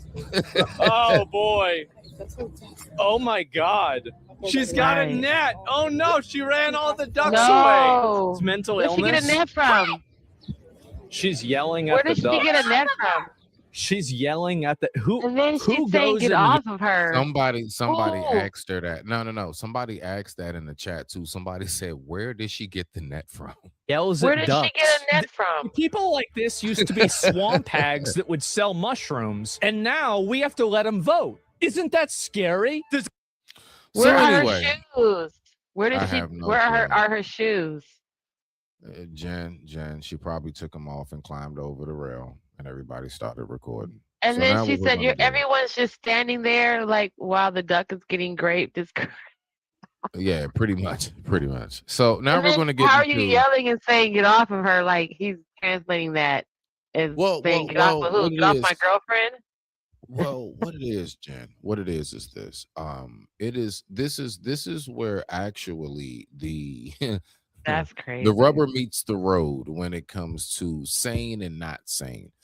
Because most people would even know if you took time and look up, a lot of animals deal with multiple males trying to mate with one female and they fighting over and everything else. And that's all throughout nature in a lot of different areas, species, and categories of life, from the sea to land to even air. As you know, there's always a category where it's one female and there's a whole bunch of dudes that are just fighting over the female. I was watching a video about some bees that are located, I believe, in Australia and New Zealand. So I was looking at that, right? And these bees, they consisted of basically all females in the entire village. And the only reason why is because by the time all of the males are done fighting over the females, they kill each other. They delete each other. They off each other, excuse me. And so, yeah, it winds up being just, and so it's a whole bunch of male bodies just littered all over the place. Until like birds come and eat them, so on and so forth, lizards and everything else. But yeah. So with that being said, I digress. My mic is muted. The time right now is 9:28 p.m. East Coast Standard Time. And I thank you all so much for tuning in. Let's go ahead and get to our final part on this before we actually get into a very, very interesting, fun, scientifical experiment topic that I think we all should enjoy. So let's go ahead and look at how does the female anglerfish procreate? And what exactly is dad's position and how important is it? Let's take a look. The anglerfish you might be familiar with, the ones with the huge scary mouths and dangling lures, represent only half of the anglerfish population, the female half. The other half of their population has an entirely different story. So in the movie of Nemo, when you saw that one, that was a female, not the male. This is the male. A story of what it's like to not have testicles, but to be testicles. Yeah, let's run that back. That's how important we are. Let's run that back. Rewind it. Yeah, let's run that Who back. is the mama? Who's the daddy? This is the mom. The big one with the lure. That's the mom. Anytime you see this one, it's always a female. You know that. You know it's a female just by that alone. Let's rock out and let's listen to how important dad is. Happy Father's Day in the future. Lures represent only half of the anglerfish population, the female half. The other half of their population has an entirely different story. A story of what it's like to not have testicles, but to be testicles. The males of many deep-sea angler species only grow to about 1 to 3 centimeters, less than an inch. This is way smaller than the females, who can be up to 60 Imagine him trying to lie and say, I'm packing. times longer and 500,000 times heavier. And his single mission is to find a female. Once he spots her, he prepares for the most important moment of his life. He swims closer and bites into her and releases an enzyme that digests her flesh and also fuses the skin of his mouth to her body. They fuse so completely that even their circulatory... Did you notice how she had 2 baby daddies? Yeah, that just isn't here in the black community. It's all over the world. No. Do I got to take it back? What about her being a big girl, and though, releases and an him being a enzyme little that fella? digests her Look at that. 2 baby daddies, okay? So it ain't just here, people, okay? Animals even need to get their stuff together. Let's go. flesh and also fuses the skin of his mouth to her body. They fuse so Hey. completely that even their circulatory puppy. systems merge. Over time, the male atrophies and ceases to exist as an individual. He loses his eyes, digestive organs, brain function, and everything else not related to reproduction. And have you not heard husbands say you're draining? He becomes an A lipotomy appendage, woman? essentially a pair of gonads. His body releases sperm to the female in response to her hormones, triggering egg release for the rest of both of their lives. So is he balls? Kind of, in the sense that he's become an organ that just provides sperm. But maybe not so Triggering much egg balls in the release for sense the that the rest of your female now life. has her own pair. Say it again. Say it again. He triggers egg release for the rest of their lives. So he's just Yep. nutting, and she Yep. just getting. Yep. Yep. This is what Getting y'all skeeted wanted, in. fellas. Y'all just wanted to be skiing on people. Now here you go. This is your main purpose to skeet, and y'all. He done see? lost his job. He done lost his eyesight. He done lost his eyes. organs, He done lost his everything. control of himself. He just a skeet machine. And is self-fertilizing her eggs. And also making them less like the balls we're used to is the fact that a single female deep-sea anglerfish can have up to 8 males attached to 8 baby daddies. Oh, She got, oh Oh. my god, 8 baby daddies. her at Ocho once, Cinco. maybe even more. This whole strange arrangement is called sexual parasitism, and it's Sexual. So that's what we can say with the men Parasitism. nowadays, ladies. Let's put that in the vocabulary. We're gonna Let's call go that ahead when and these play women that word out back. here got Play 8 that baby word back. mamas, that's called sexual can have up to parasitism. 8 males attached to her at once, maybe even more. This whole strange arrangement is called sexual parasitism, and it's really fucking weird. Parasite, anglerfish like you sexual parasitism. Parasitism. Yeah. Right, like a parasitism. parasite. Isn't that something? So that's all that the guys are reduced to, ladies and gentlemen, is a daggone parasite. Ain't that something? You become a Ladies and sexual gentlemen, parasite I know, for all right? those baby daddies. Well, that would be the woman who has multiple baby daddies. So she's a sexual parasite, and the So guy who has multiple baby mamas. you ain't lying. You ain't lying about that one. So Jen, I want to ask you this question. Ooh, If you were to take a guess and rate from 0 to 10, as 0 being absolutely nothing happens, well, there's our video. Go ahead. that absolutely nothing happens, or a 10 being he's going to go all out and protect you. Lord forbid, Lord forbid, Lord forbid, 3 times over. If somebody tried to attack you guys, what do you think Beans would do? Oh, he gonna get a little anxious because that just happened with this other dog, and I was trying to hold, and I'm trying to hold them back because I don't want them to lock their jaws or lock on each other or bite each other. Actually, so Okay. he gets, and now he got it in for that dog. Every time he see that dog, he ain't done. So Ladies and gentlemen, this segment right here is called "Would Your Dog Protect You?" Now, me, I got Michi, and he's gonna haul ass and find something to hide under. All right? If he actually did a Spider-Man, jumped off the wall and started gouging the face, I'm shocked. I'm surprised.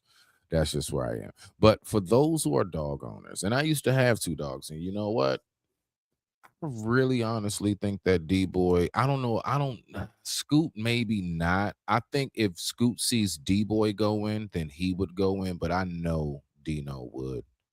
D-Boy would have gave his life because he's actually done it out in the wild when we've come across fox and he fought a beaver. Dino fought a beaver one day. yeah, Beans will protect me. I've had a few dogs that I had a whole Great Dane that would be like his big ass will run.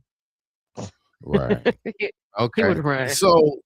So right now with But I had a Chihuahua and a Dachshund that would try to chew your ankles off, and my Westie would try to chew your ankles off, like literally try to bite you. So let's go ahead and yeah. let's look at this video right here. And we're going to pause it segment by segment, owner by owner. And we're just going to recap, go ahead and talk about each piece. And with that being said, I digress. My mic is muted. The time right now is 9:36 p.m. East Coast Standard Time on this beautiful Sunday. Happy Mother's Day. Would your dog protect you? Let's see how this works. When a masked intruder kicks down a door in Minneapolis, these two pooches take off. And in a home outside Philadelphia, this dog runs away after a burglar hurls a plate at it. That's because that dog's not for protection. So, would your dog come to your defense if a burglar ever broke in? This is Perry, a 5-year-old yellow lab. Oh, that's my good girl. Her owner, Michelle Kelleher, loves her dog, but she wonders whether Perry will go the extra yard. I hope she tries to protect me. To find out, we enlisted guard dog expert. I need to figure out where these people are. I need to get you on there, Jen. We need to get you on this show. I want to see how you and Beans would not. I want to see how you and Beans fare out. You know, no. He might. Let's say we give you 90 days to train. Let me say you get 90 days to go ahead and. Well, he already has some. He's already got some built-in securities. Like, is he? Remember, him and me both was beat up, so he won't leave me either. So if you're trying to do something, he naturally is gonna do that, and then he might try to run.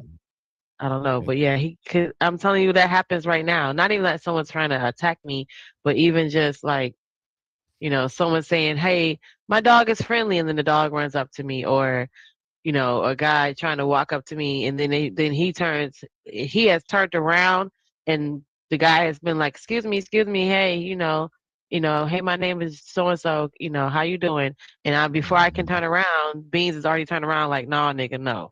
And I'm like, he didn't even walk up with bad intentions, or I guess, I don't know. And let me go ahead and give my quick warning. Warning, viewer discretion advised. There will be a lot of white people mouth to mouth with their dogs in it. So if that grosses you out, just go ahead and turn the channel, or just put it on. A lot of white people mouth to mouth and their dogs. It's crazy. Let's go ahead and look at this. We're going to look at each segment in its full part, and then we're going to go ahead and recap on each segment. Let's rock out. It's Nate Bonilla and Michael DeBruzzo. Then, with Michelle's permission. Now, what I don't like is that they made the black dude the burglar. I don't like that. Are you training these dogs to hunt us? Anyway, let me shut up. Mission. Our burglar bursts in. Michelle puts on a great performance as he pretends to assault her. She screams for Perry. So what does Perry do? Does she jump in to save her? Look, she heads for the door. Michelle is left alone to defend herself. This is called flight. Her tail is tucked. She's actually looking for a way out. Thanks, Barry. I'm a little surprised she almost took off. Next up, Ruby. See that mouth. Go that damn mouth. Anyway, what do you think about the first one? Let's look at that one more time. Labradors are playful. Labradors are playful, remember, and they stay young and they stay playful for a long time, right? So considering that part of the breed, go ahead. Okay, let's look at it one more again for the win. DeBruzzo. Then, with Michelle's permission, our burglar bursts in. Michelle puts on a great performance as he pretends to assault her. She screams for Perry. So what does Perry do? Does she jump in to save her? Look, she heads for the door. Michelle is left alone to defend herself. This is called flight. Her tail is tucked. She's actually looking for a way out. Thanks, Barry. I'm a little surprised she almost took off. Next. All right. So this is the next up to bat, ladies and gentlemen. All right. So with Perry, I'm going to be honest with you. I'm going to be real with you, Jen. What I've noticed is, have you ever met that person that got that dog that they just don't let nobody pet for real? No, that's not how. What's his problem? Like, what you mean? No. Hear me. What I'm talking about is how you get a dog to actually be protective. What I've noticed, so let me just get to it so you get what I'm saying. I've noticed that there are a lot of people, I used to be upset about it. Like, I go to some of my homies' house and I'm like, man, how come you always put the dog in a cage, man? I can't ever pet him enough. He's like, nah, I don't want nobody petting him. I'm talking about, this is my homie. I don't want nobody touching them, because they're training them to be almost like basically guard dog. Like, They don't want them Mm-hmm. to be super friendly with everybody. That's why I was asking that. So the main point of why I'm saying that, you already know she's one of those walking through the park. Perry pets, Perry is petted by everybody in the neighborhood, all Mm-hmm. of that. Lord knows how many people came by, and it wasn't an issue. That dog wasn't ready for that, is what I'm saying. I do believe that dog could be trained more so to be protective in that sense. But you can tell, Mama Catherine, I'm just calling her that, Mama Catherine, you already know. Oh no, he's absolutely friendly. What's your dog's name? Like, you already know that's how that go at the dog park. She goes to the local dog park and everything. So Perry is, yeah. But let's go ahead and look at this next one. Do you have something to say to that real quick before I push play? Mm-mm. All right, let's go ahead and look at the round 2, babies, ladies and gentlemen. Let's see what we got right now. Up, Ruby. You're a princess. Yes, you are. A 4-year-old pit bull lab mix beloved by her All right, so we got a pit lab mix. All right, that's up to bat. owner, Kevin Peterson. Look at this nasty shit. I believe she's gonna bite, but I'd like to find out. The so-called home invasion goes down, and it sure looks terrifying. Ruby comes running to investigate. Ruby, get him! She's not so brave either. She runs away. Are you serious? Hey, Jen, that's an L for the pits. Can you believe He's a pit lab mix. So remember the lab. So that was the lab hat. You So need to respect trying your, to say no, you that was have the to lab hat? respect the breed on that. Well, you have to respect the breed that labs stay playful for longer than other breeds. Like, other breeds will be a little more mature at 3 years old. Labs are still playful. They're still young. That's still a young lab. That's why they're good with families and kids like that, So that's part of it. And then pits are big babies too, but you're not training a Labrador pit mix to be more like a pit bull. You want him to be protective, but he's got a lot of the Labrador in him. He even looks like a Labrador. So he's gonna be just a big old kid for a while. I see. I damn sure see much more. pit Our than no, his nose is so very long. Our Labrador, she was a baby. I mean, she just stayed playful for a long time, like 3 years. Where other dogs, by then they're starting to mature and even calm down. By 4 years old, she's still running around, being a kid. Let's go ahead and look yeah. at this one right here. Let's see what we got. Let's go ahead and run it back one good time. I digress. My mic is muted. Let's see it. Stop, Ruby. You're a princess. Yes, you are. A 4-year-old pit bull lab mix beloved by her owner, Kevin Peterson. I believe she's gonna bite, but I'd like to find out. Oh. The so-called home invasion goes down, and it sure looks terrifying. Ruby comes running to investigate. Ruby, get him! She's not so brave either. She runs away. Can you believe she's part pit bull? Ruby was curious. She was I worried know. about you, but she was not willing to take on the attacker. I'm sorry, Kevin, but Ruby is a win. My dog failed the test. Now meet the duo of Frodo and Dobby. Ferocious. What you think? What you think, Jen? What I think about I just said what I think about Ruby. No. These two up next. What you think about these two up next? We got. I don't know. I can't see what they Not are. even close. I didn't see what. Who's a good boy? We got a Chihuahua. They live with Ellen Eykamp in Westchester. That look like a mutt. I don't know what that is. Hold on, let me play it back in here. No, he just said it, but yeah, he said it. Hold on. I didn't hear it. Let me hear it. My dog failed the test. Now meet the duo of Frodo and Dobby. Ferocious looking, not even close. Who's a good boy? They live with Ellen Eykamp in Westchester County, New York. I think Frodo is really going to go after the attacker. Well, we'll just see about that. Ellen puts on quite a show, and when they hear Mom is under attack, the two come running into the room. Watch as brave Frodo gets right into the mix. He even jumps up on our birthday and backs him out the door.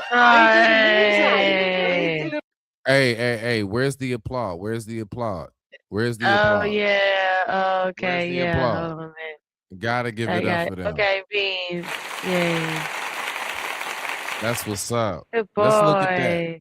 Let's look at that again. Let's look at how that all unfolded. So to think, out of all of the dogs, look at Batman and Robin.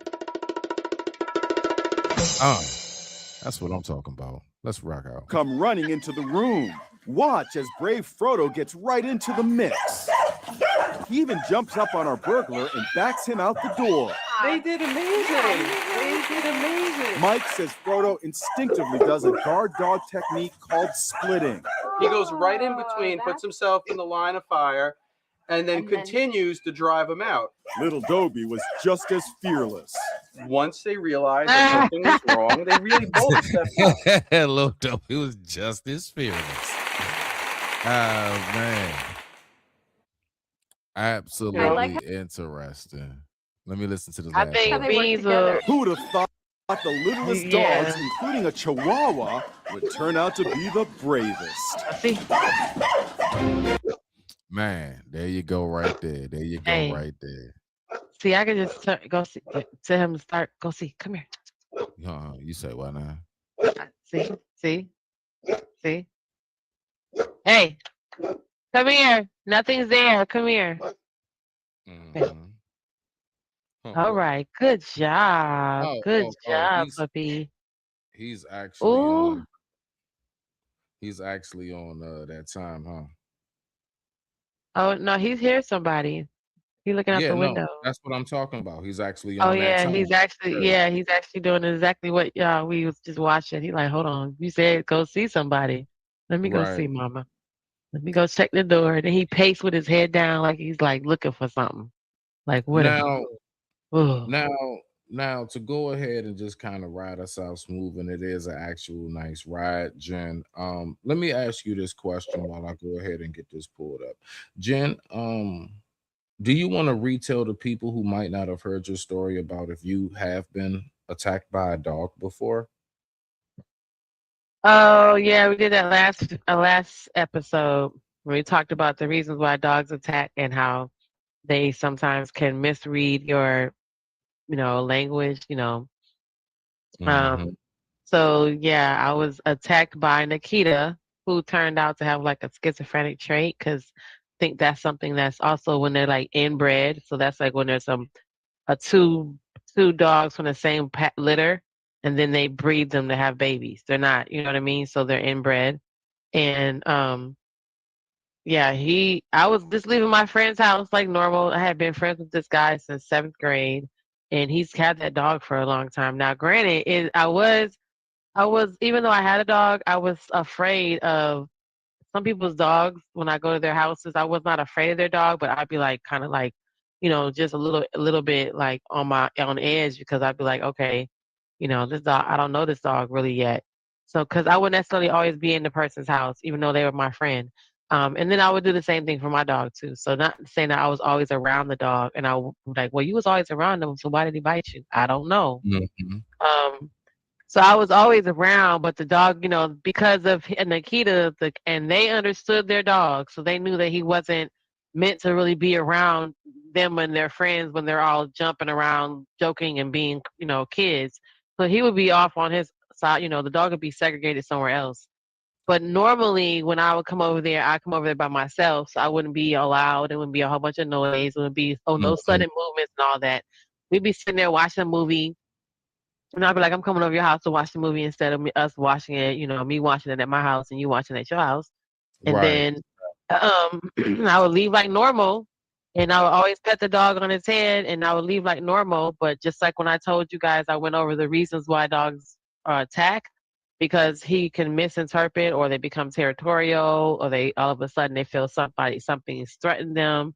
And I pet the dog on his head, and I'm only 5'4", so when it jumped up, it literally can reach my face, and it jumped up and bit me right in the jaw. And I had 4 holes in my jaw, but I had 2 holes that had went straight through. So that means he pinched my cheek in his jaws. His 2 top teeth went through my jaw into my mouth, and then he released because I pulled away. I got home, and that was so terrifying. My face was black and blue, and it was bleeding, and I was shaking, and I could blow air through my jaw. It was 2 holes in my jaw. From bitten in the faced by a dog. I did talk about the psychological fact because remember we just saw it on this episode that the dogs people are afraid of the possibility of being bit by a dog. Well, now that's heightened after you've actually been bit by a dog. So now you're thinking that you're going to get bit again, which creates the fear that the dog can always smell, which makes the dogs react to you. So now you have this crazy cycle of being afraid of dogs because you were bit by a dog, which releases the hormone in your body, the chemicals in your body of fear, which all dogs can smell. So you just be walking around scared, emitting odor that dogs can smell that make them draw them to you. So, ironically, ironically, right? So this video, I'm not going to lie. This is one of those, I was just kind of late at night. And, one of the things came across the time feed. And I like the ride, the backcountry roads. So basically, ladies and gentlemen, to give you a quick prefix on what we're looking at. We're looking at a guy who rides his bike. Now, listen to this and you'll hear him say it. You'll even see it. Guess what, Jen? This guy is a bike rider who is also an amputee with a prosthetic leg. Sweet. Yeah, so he's going to be showing us what it's like to protect yourself. And that's why I asked you about when dogs attack. Now, you may not agree with his methods or what he does, so on and so forth. But I don't know. It's one of those videos you just get to watching. Like, go ahead, pour your wine, get your little whatever you got to get, your goodies and stuff, your snacks. I'm telling you, because it's just a nice, chill, relaxing video to look at. So if you don't mind pulling that up right there. I'm gonna go ahead and push play. And look, Jen, he is so daggone dramatic talking about how he got sick. He made it sound like he just nearly escaped the avalanche and was hanging off by a pinky and stuff, right? Sit your butt. But anyway, listen to this right here. It's very interesting. I digress. The mic is muted. Let's go ahead and look at this right here. Sit your butt. This is an air horn fail, y'all. I should have used pepper spray, but I didn't have it. Back. This dog runs right through the horn. The Siberian Husky listens to it. He takes off, but this one comes right for my leg. And with the power of our Lord and Savior Jesus Christ with his shield. He's so dramatic. I am saved through his grace right here. The shield of Jesus Christ protects me and I emerge unscathed. This is a true miracle. It's not. It's the pepper spray you use, and it's the horn. There's no logical explanation. I have why Barkaway. I was not bitten and torn apart by this dog. It ran right through the horn. There was nothing protecting. What'd you say? It ran right through the horn. It's crazy. Me except ran right through the horn. I told you, he's really dramatic. It's very interesting. Let's go. The shield of Christ. And because of that, I was able to survive this pit bull attack and live to fight another day. We're good. Here I'm being attacked by 3 adult German Shepherds. They're in a pack. I don't have my pepper spray, but I do have my air horn. I blast them, and this one runs right through and bites my artificial leg. It runs right through. I blast them. All you did was call them over to you. It's crazy. I'm being attacked by a pack of German Shepherds. Teeth come in contact with the metal leg. And so if this had been my real leg side, I would have had to use more aggressive force. I can't afford a bite like that on the real leg. So they're pack animals. That one gets a mouthful of metal, and the other ones realize something's wrong. Stopped. He's not even moving. Away. And so I don't get mauled today because I'm part metal. She just said sorry, but that was after the fact, and that wouldn't have done a whole lot of good if I was getting mauled. If they would have knocked me down, if they'd come up from the other side, got my real leg, and I doubt she would have even been. Pause. So he said, did you hear what he said? She said sorry, and that doesn't mean anything. It's because it's after the fact. I hate that because when that 110-pound Rottweiler ran up on us, and the lady's just calling the dog back, and his recall for her is not working. The recall for the male, the boy, the man, he comes to when the man calls, but the man wasn't there. So the woman was walking the dog, and and I hate when people do that, and the dog doesn't come back, and he's not answering to them. And your recall is after the fact. Then you're like, sorry, He just said, you're going to say sorry? By then, the dog is already mauling me and I'm in the middle of the road. What do you mean Right. sorry? You should be Fact. already, running once your dog is darting towards the street.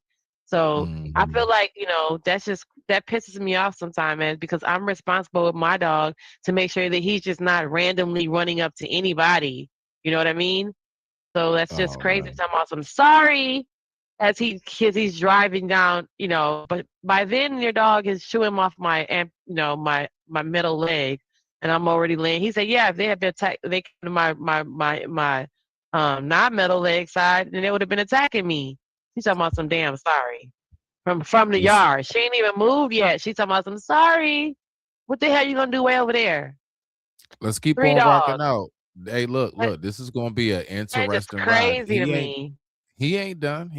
Let's go. Able to stop them if they had gone into a frenzy. So here's a perfect example where having a metal leg can be an advantage. Here I'm riding up a hill. You can see my artificial leg there, and I'm struggling. I've been riding for a long time, and there is a pit bull, and I didn't see it. You can see it in the video over there, and here it comes. This is when I realize it's there. I pull out the pepper spray and I spray. Now he got down. It did get in his eyes a little bit, but mainly on his coat, painted his coat orange a little bit, but it worked. That's the main thing. It worked, and I reacted quickly enough to defend myself against a pit bull. Now that was a pit bull. I was not ready for that at all. I've never seen a pit bull come out of that yard before. This dog rushes out into the road to try to bite me. It's not a pit bull, but I don't care. Regardless of breed, I don't like dog bites. I don't like the risk of infection or rabies. And so I got it really well. I got it in the face, which I've noticed is important because when you don't get them in the face, a lot of times they'll come after you I ain't gonna lie, they look like Cujo. again when you ride by. Cujo was I overwhelmed it with such a smell. Okay. It looked Cujo kind of like was Cujo. No, that's a freaking. That's one of those It looks muddish. healer. Look That's like a it looked healer like it got like or 3 different breeds. It looked like it got a couple breeds in it. no, it's the what's it called, a dog, like the sheep dogs, the herders, the herding dogs. People usually out there in the sticks, they have herder you dogs talking like about that. Like Bluey, like a healer or like a terrier. They're herding wow. dogs. You know what I'm talking about because they come in those 3 colors. They're either black or brown. The herding dog, you talking about the Australian Shepherd? Yeah, that's what that looks like. Right. And then they're good they're territorial like that. So yeah. I got you. Its eyesight, it recovered, but it remembers. And so now when I ride past this place, it has no interest in coming out to bite me. Right here, I'm passing that same house. There's about 10 dogs in this house. Here I he already sprayed comes. the leader. It wasn't a pit bull. This is a pit bull. And so watch this. I spray, and this dog just about falls over trying to dodge that spray. It's not a leader. It's number 2. And by training this dog like that, all it had to do is see that spray and then smell that spray. It already smelled the spray on the other dog that went back to those other 10 dogs. And so that was all I had to do to completely train all 10 of these dogs to not come out can the road you and can you attack stop? me. And so My now bad. My bad. Can you rewind because when he came past the house, that dog came out the yard and literally was catching. That's not real. right here. That's It's right here. crazy, yo. It's right That's here. crazy. Dog right here. Let's see. right here, I'm passing that same house. There's about 10 dogs at this house. So I already sprayed the leader. It wasn't a pit bull. This is a pit bull. And so watch this. I spray, and this dog just about falls over. Look trying how to fast dodge he was that catching spray. up. Yeah, but that was a quick duck too, as well. I ain't gonna lie. That was pretty swift of a little duck. I mean, right he there. came out the yard though, and then was catching up to his bike. The leader. It's number 2. And by training this dog like that, all it had to do is see that spray and then smell that spray. It already smelled the spray on the other dog that went back to those other 10 dogs. And so that was all I had to do to completely train all 10 of these dogs to not come out on the road and attack me. And so now I ride by that house regularly and I don't have any problems. As I pass this house, I notice dogs way back there in the backyard, and I don't think much of it. And I continue riding, but you can see from this camera that they come out in the road. I can't see that in real time. I don't even realize they're there until that one comes right up on me. And then I look back and I see there's two of them. I'm lucky I didn't get bitten, because with two dogs, one on each side, it's just harder to guard both sides at the same time. So I pepper sprayed immediately when the... That looks closer to what you was talking about, Jen. Well, they Those come and look- try 3 colors. They come in, remember, they come in that spotted color with the blue and gray eye, and then they come in a black and white one like that one. Those are But also they're beautiful dogs, herding though. But I dogs. wonder, Yeah. I wonder if that's hair or fur. I wonder if they shed a lot or not, because I can't stand that shit. dog came up on me on my left side, turned around, noticed 2 dogs, then sprayed both of them. And so that made them go away. I like Australian Shepherds. I've owned Australian Shepherds. I've trained them to herd cattle, sheep, and ducks, and all these breeds. I said it. Yeah, I said it. Like Australian Shepherds, cattle dogs, border collies. Without a job, they just get bored and the they border will get collie. into trouble by chasing cars, pedestrians. And Yeah, I heard you. Yeah, border collie. The other one might have been a border collie. That's why it looked Maybe different. so. I forgot about that. Yeah, forgot about them. cyclists. As I ride my bicycle around this curve, a black and white pit bull is going to come storming out of the driveway. The owner's screaming at it not to. It doesn't listen. And bam, I pepper spray it. Oh. And it gets that pepper spray all over its face. It inhales it, gets it on its mucous membranes and its nose. It's very uncomfortable. It's learning. Say it gets it on its mucous membranes and its nose. It made a mistake. He is It's wild. learning maybe I shouldn't have run out in the road and attacked this man on his bicycle. And so after he feels all this spray and learns this lesson, No, the dog is doing naturally what it's supposed to do. Guard the perimeter. You're going by. It's going to check it out. It's going to be aggressive while doing it. That is doing naturally what it's supposed to do, especially back there on them roads. and he runs back into the yard, shakes his head right there, and he's uncomfortable. He's going to roll around in the grass, but I'm proud of myself for seeing this dog. I've never had a dog run out its driveway before, and I was accurate, and I prevented myself from falling or getting bitten by the dog. 8 dogs are going to come out of this yard and try to bite me. One runs to my other side and try to bite my leg on my other side, and I pepper spray it right there, and it shakes its head. Let's watch it in slow motion. I get it really well. I get it from the nose all the way up his body. Let's watch this again a third time. Jen, this guy is Oh wild. my I get it goodness. really well. This dude, And this is a man. pit bull mix. There's several of them. They're young. They're learning from each other. This is a leader in that he came at me first, but I was successful in getting him. Oh, Now look these other at ones come up. That white one is not a problem, but look at the one behind it. That's the target dog, remember? Mm-hmm. I think it's like a British Terrier, I think. The whites They of his send, eyes. that's are why they behind send the that, white him one. out first. Yeah, So he that's can get that. That's sprayed so that. they can see what's gonna happen. Yeah, that's the And look, target. it's and two more, the, two more coming up from behind. That's the pack right there. He said it's 8 of them. Okay, as the spray hits the whites of his Damn. eyes, they close right there. And that sends a message to all of them that I don't like to get bitten, and it's safer for them because they learn to stay out of the road. And after several months, they're all still alive. None have been run over. Here's an Australian cattle dog, and they love to bite. The owner just said no. I'm not going to say no because he ignored his owner. I'm going to use the air horn. That works perfectly. I didn't need to pull out the trekking pole or use pepper spray. And this little kid has a dog that doesn't have pepper spray all over him or that hasn't been hit by a trekking pole. And, you know, when there's not a bunch of drug addicts in the house, I don't have to worry about using the air horn. I don't have to Why would he say drug addicts? The air horn, because the air horn was scared the shit out of them. worry about waking them up and them coming and chasing me down the road and acting irrationally because I woke them up and they're still high on drugs. This looks like a chaotic hornet's nest, not pit bulls, but still big and aggressive dogs. This one comes out in the road, not just pepper spray. And folks, I'm not taking a chance. I don't want to get rabies. And look at this white dog with the broken leg. Bruh, he is disrespecting people's dogs. Like shit. Mm-hmm. Like, what kind of dog owner lets his dog run around with a broken leg out in the road? That's probably how he got his leg broken. Probably got hit by a car. And here comes a dog in for a bite. Bam, I pepper spray and save myself from getting bitten. I've never been by this group of houses before, and I don't even know if these dogs go with this group of houses. They may be from some houses down the road. It just looks like a chaotic situation to me. That's crazy. Then why are you riding through there? Anyway, I just wanted to show that for a little bit real quick. That's Yo, man, crazy. that's wild. He drives through looking for dogs. So looking for stray dog areas. to pepper spray.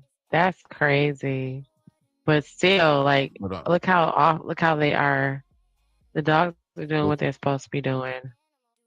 So what's your thoughts on let me ask you this. Out of all of the mother births and nursings, which one was the weirdest to you? The whale. Really? The whale was weird. That nursing. I never thought how they got fed underwater. That's crazy. Well, even That was down to different. I was actually wondering, I actually always thought for a while until I actually saw it. I was thinking maybe they just come right out and eat krill, Yeah. I didn't know that they had to. I mean, they almost just like have to how get I breastfeed. believe, just like I believe baby caiman, they actually come into the world and the mother leads them or put them in the mouth, put them in her mouth and lead them over to where they can get like small fish along like the shore of the bank, like the edge of the bank and everything, right? So yeah, of the swamp. So that's what I was thinking. That's like, no, it's milk, but you're underwater. Like, really imagine that, Jen. Imagine you being underwater and somebody takes like a squirt bottle and tries to like give you juice or soda or something. Wouldn't even work, but it's amazing. The one thing that I love about all of this though too, because it also too brings me back to how amazing God is as well. Like, think about it. Out of all of the milks, they said it's very thick, like a toothpaste. Like, God even designed it to where, like, now I'm gonna make sure this is set up right. It's not gonna be like the regular, you know what I'm saying, whole milk or skim. No, this is gonna be something. And then I also wonder, what would that look like? That'll probably be like Vaseline on land. Nah, for real, like the texture, like I think it'll be like real thick and slimy. Wow. So yeah, I would say the weirdest one for me. All of them. Which one would I have to say? I ain't gonna lie. I'm going with the anglerfish. I'm going with the anglerfish. Now, Jen, I know that you are a romancer, right? Yeah, you're a romancer. All right, well, let's go ahead and romance our way out the door. This is a short right here. I'm a romancer. It's crazy. Yeah. You're a romancer. Yeah. All right, I'm already hip. So we're gonna go ahead and pull this up right here. Oh, Jen, look, Black Lexicon said, I keep an air horn just for that keep an reason. air horn. What? Just for that. Just to be air horning people and shit and stuff. And then he said, what? You So, can tell when a dog likes you or fears you. Yeah. They listen. I said, now I'm not going to never doubt it. Because, listen, I believe you.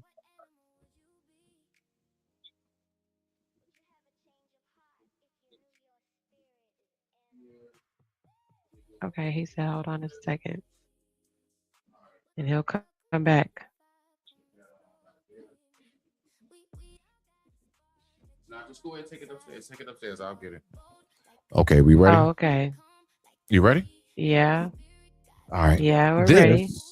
This is how much work we have to do. You can pull it up. How much work we have to do, ladies and gentlemen, just to get a woman's attention. So I just want to remind y'all, it's not just men. Courting is a B. Let's go ahead and look at this. How much does this bird have to do just to get her attention and or to mate? On the lakes of North America, one bird's courtship display is unlike any other.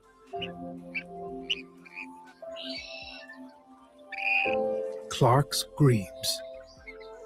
They've just flown in from the Pacific coast, and here in Oregon is where they'll breed. At this time of year, these sheltered freshwater lakes are the perfect place to raise a family. These two lovebirds paired up last season. But they've spent the winter apart, so they need to get reacquainted. If they stick together as parents, they'll give their chicks the best start in life. They need to prove their mutual devotion.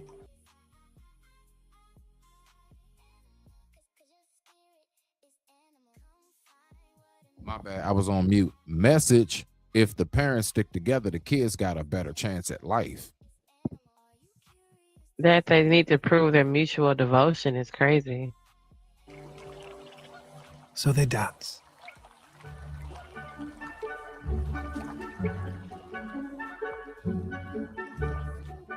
Now, let me tell you what you're looking at briefly before I let it just go. The male has to perfectly mimic every single thing that woman does. If he gets one step wrong, she rejects him. They start by copying each other's movements as they preen their feathers.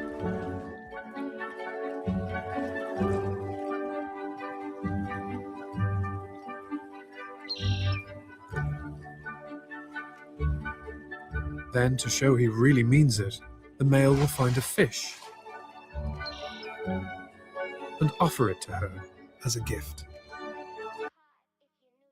Yeah, we go fishing for you, bringing your food back. Oh, look, already putting food in the fridge. He ain't even with her yet.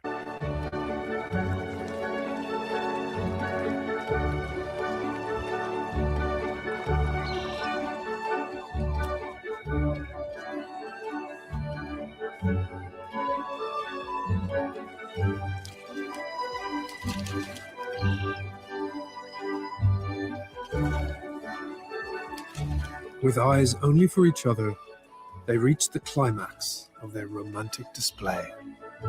Climax is crazy.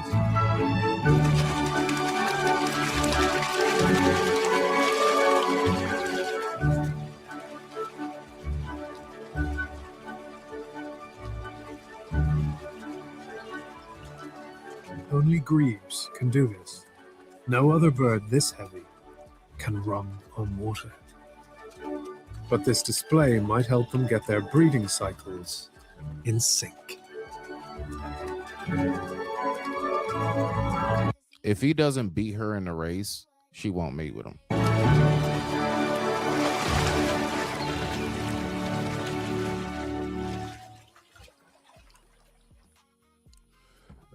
And there you go, folks. Jen over there. Look at y'all still up here talking about our requirements. I'm just thinking like that our requirements are not that hard if let's saw birds are mating. Nah, but what's your thoughts on that? Oh, I just gave you my thoughts just now. You was talking about the burglar. I thought you were talking about beans. I'm sorry. Okay, so you. I'm talking about the birds. Like our requirements. They, the woman wants you to open the door for her. You got to beat me in a race. Yeah, I got to beat you in a race on water. And if you don't, not even on land, on water, we gonna really make it tough. It's Squid Games out here. And if you don't do every dance I do and mimic everything I do, then sorry, I'm not choosing you. Yeah, and you got to bring me a gift. Yeah, you better go get that fish. Show me you can bring that fish home. What? 3 was a little miniature. Oh, dog named Princess. Oh, okay. 3 was a little dog. Miniature dog named Princess. A family had today. Oh, okay. A family had today while I was out fishing. Oh, that's what's up. That's what's up. He said, I just wanted my attention. Okay, now, respect to you. Bark like crazy as I was walking past. LOL. Yeah, especially little dogs. It's something about them dogs. Nah, you know what trips me out when they do that. All right, you start at so you walk in, you reach the end of the fence, boom, here they come out of nowhere, and then they hit you with that dart back and forth real quick while they barking. Go go go, go go go go until you get to the end of the fence. For little dogs, yeah. Yeah, because they bark back and forth. Yeah. Their bark moves them. Their bark moves them. I know that big dogs don't. They weigh so much, so they don't tend to jump around when they bark. They kind of stand in one spot. But Does little your dogs, dog their get whole bark pops them around sometimes. does your dog get something called zoomies? I'm just now looking into that. My cat gets zoomies. Oh no! All animals get zoomies. They have pent up I'm just now energy. noticing that. I didn't know what zoomies was. I didn't know what that was. Yeah, and usually zoomies, like for cats, that's good when they have that laser beam, the little keychain, like something like that. Right. But now to help with that, that's why they have the lick pad for the dog, because that licking that pad and licking like peanut butter off that little lick pad, it Calms them. it calms them down. Exerts that energy. It just needs to be shifted into one spot. So that's also when they get zoomies, that's also a good time to like train them, because they have a lot of energy and they're like ready to do something. So but yeah, my dog gets zoomies even in my little small place. He runs from one end of the room to the other. And you're like, oh my goodness. And they don't care what they knock over. So the bigger the dog, the bigger the mess when they zoomy, because that's why I walk him 4 times a day. I don't mind doing the 3 or 4 times, because that helps them. And one walk, you got to respect your breed, because especially big dogs, they need longer walks unless you let them run around outside. You got a fenced-in yard, they run around outside. But for the most part, they're going to need a longer walk and a longer time of actually getting that movement in. So his early morning walk might be short because he just needs to go out and pee and, stretch his legs, and it's the morning time. But that middle of the day walk, we might be outside for like an hour, easy. And he'll keep walking to get all that energy out, so that zoomy later, that nighttime zoomy won't happen. But see, if you're a bad person out there, if you're a fur parent, and you only walk your dog or let him out to use the bathroom, he's gonna have zoomies all over the place. And your cat, if they don't get that energy, they don't have no nothing to play with, nothing to burn You their know how energy. big his eyes get when he hit that shit? When he hit looking the zoomies? Oh man, especially after I give him like a good dose of catnip on one of his toys, it's over. Yeah, you just gave him a hit, a blunt. Yeah. That shit.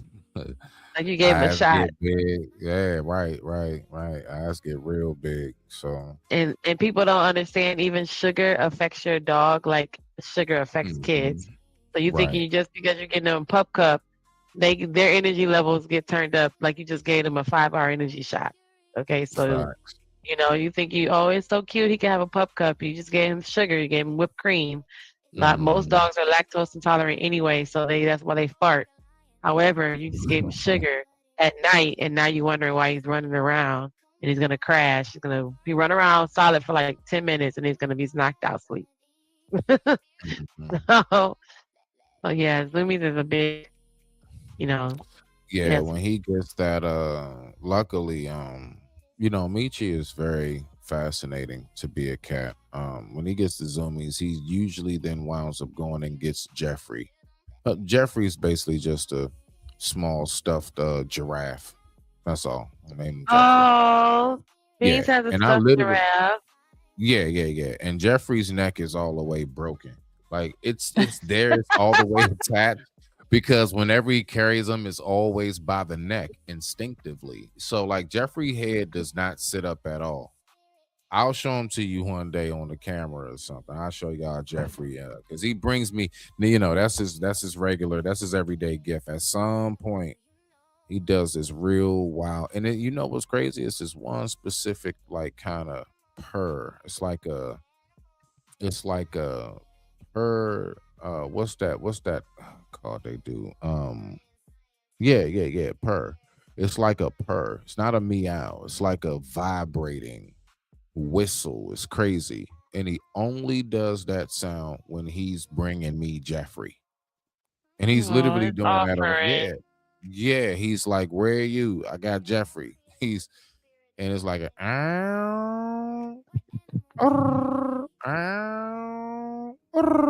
It's crazy how he does it, but he'll do us like that, and I know for a fact I just be like, "Oh, so you got Jeffrey again?" Sure enough, he come around the corner, drop it off right there, and just walk off. Neck broken. That's how you get Beans. You ask him, "Where's your baby?" And his baby right now is a stuffed giraffe. It is. So, and he's got his ear is already tore off, but he's part of that.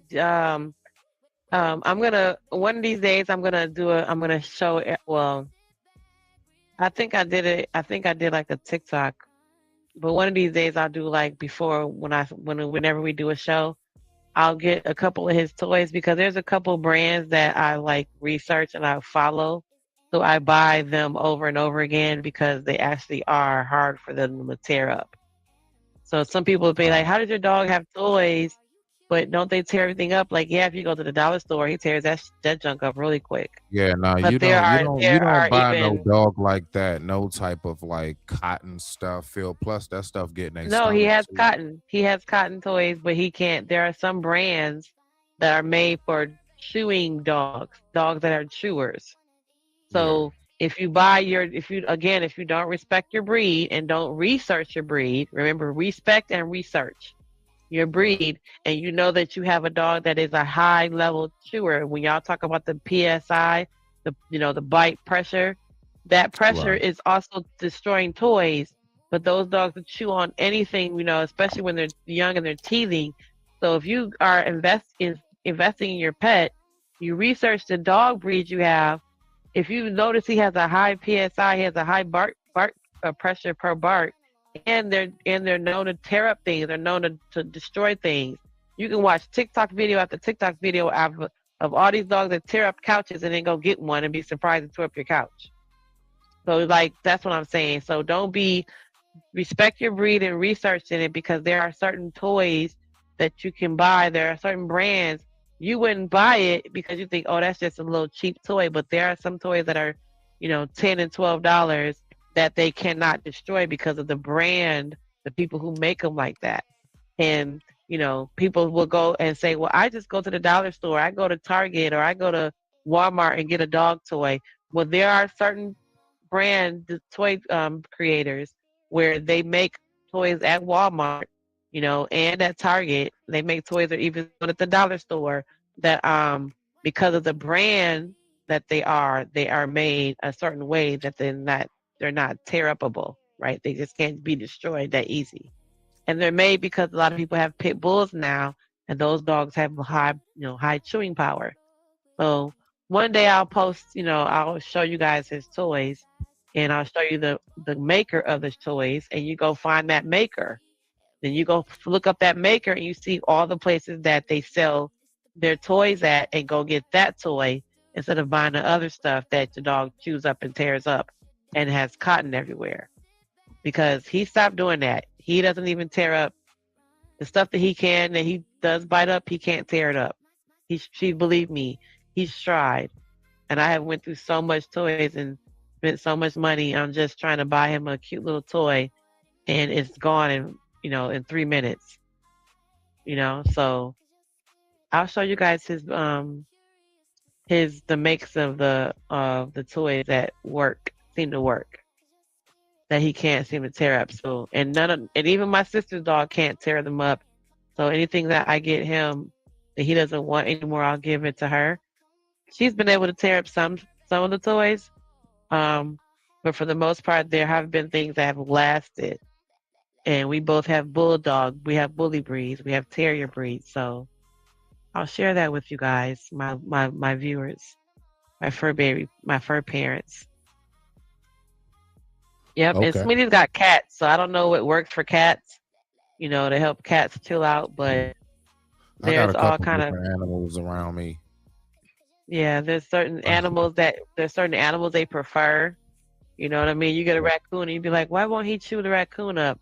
Or you get an alligator, you'd be like, but then they keep chewing, they like hump on this bear. You're like, they hump on the bear, but they won't play with the alligator. Like there's certain colors, there's certain textures, and there's certain toys, sizes, right?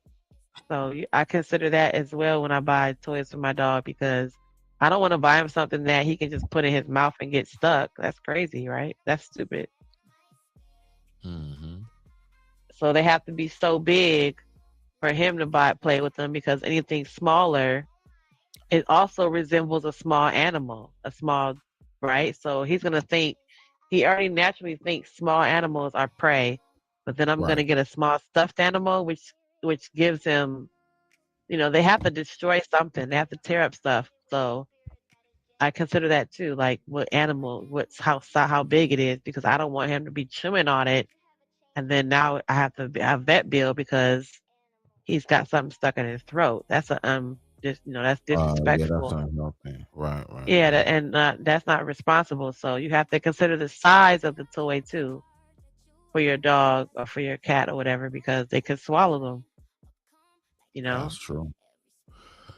Well, my final words on this, Jen, for this evening is, you never know what nature is going to give you. Right?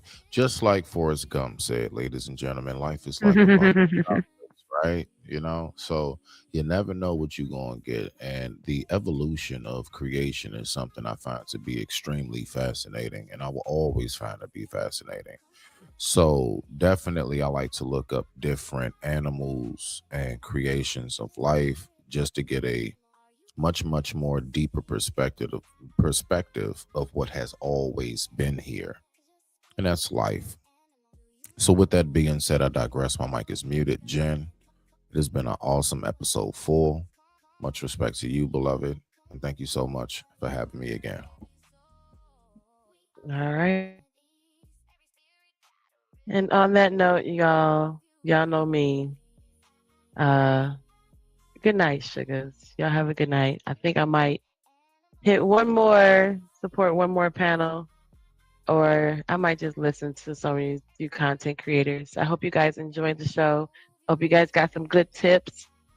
I hope you guys love on your babies and take care of your babies, because they'll take care of you, okay? Respect your breed. Be responsible for our parents out here. All right, y'all. Good night, sugars. Your baby, your fur baby. We are more than just a pet. We are your family. Yeah, we barking on a beat, beat, beat, beat, beat, beat, beat, beat, beat, beat, beat. That we barking on. Yeah. Beat, beat, beat, beat, beat, yeah. Yeah. Yeah, we popping in the room like hey. Tail wagging like a DJ play. Zoomies on max, no delay. Fur baby squad and we here all day. Big guys looking up like pick me. Jump in your lap, that's VIP. Love so pure, that's guaranteed. We a little crew, your family. We don't need no bling, we shine naturally. Every cuddle moment is a masterpiece. You the heart, we the beat, that's harmony. Fur baby love on 1,000 degrees. We are your baby, your fur baby. We are more than just a pet, we are your family. Yeah, we hyping, we happy. Cute little crew and we keeping you laughing. You say treat, we say less. You say what, we say oh yes. You say come here, we do our best. First baby love, we forever blessed. We are your baby, your fur baby. We are more than just a pet, we are your family. Yeah, we rolling in harmony. Fur baby crew, that's the legacy.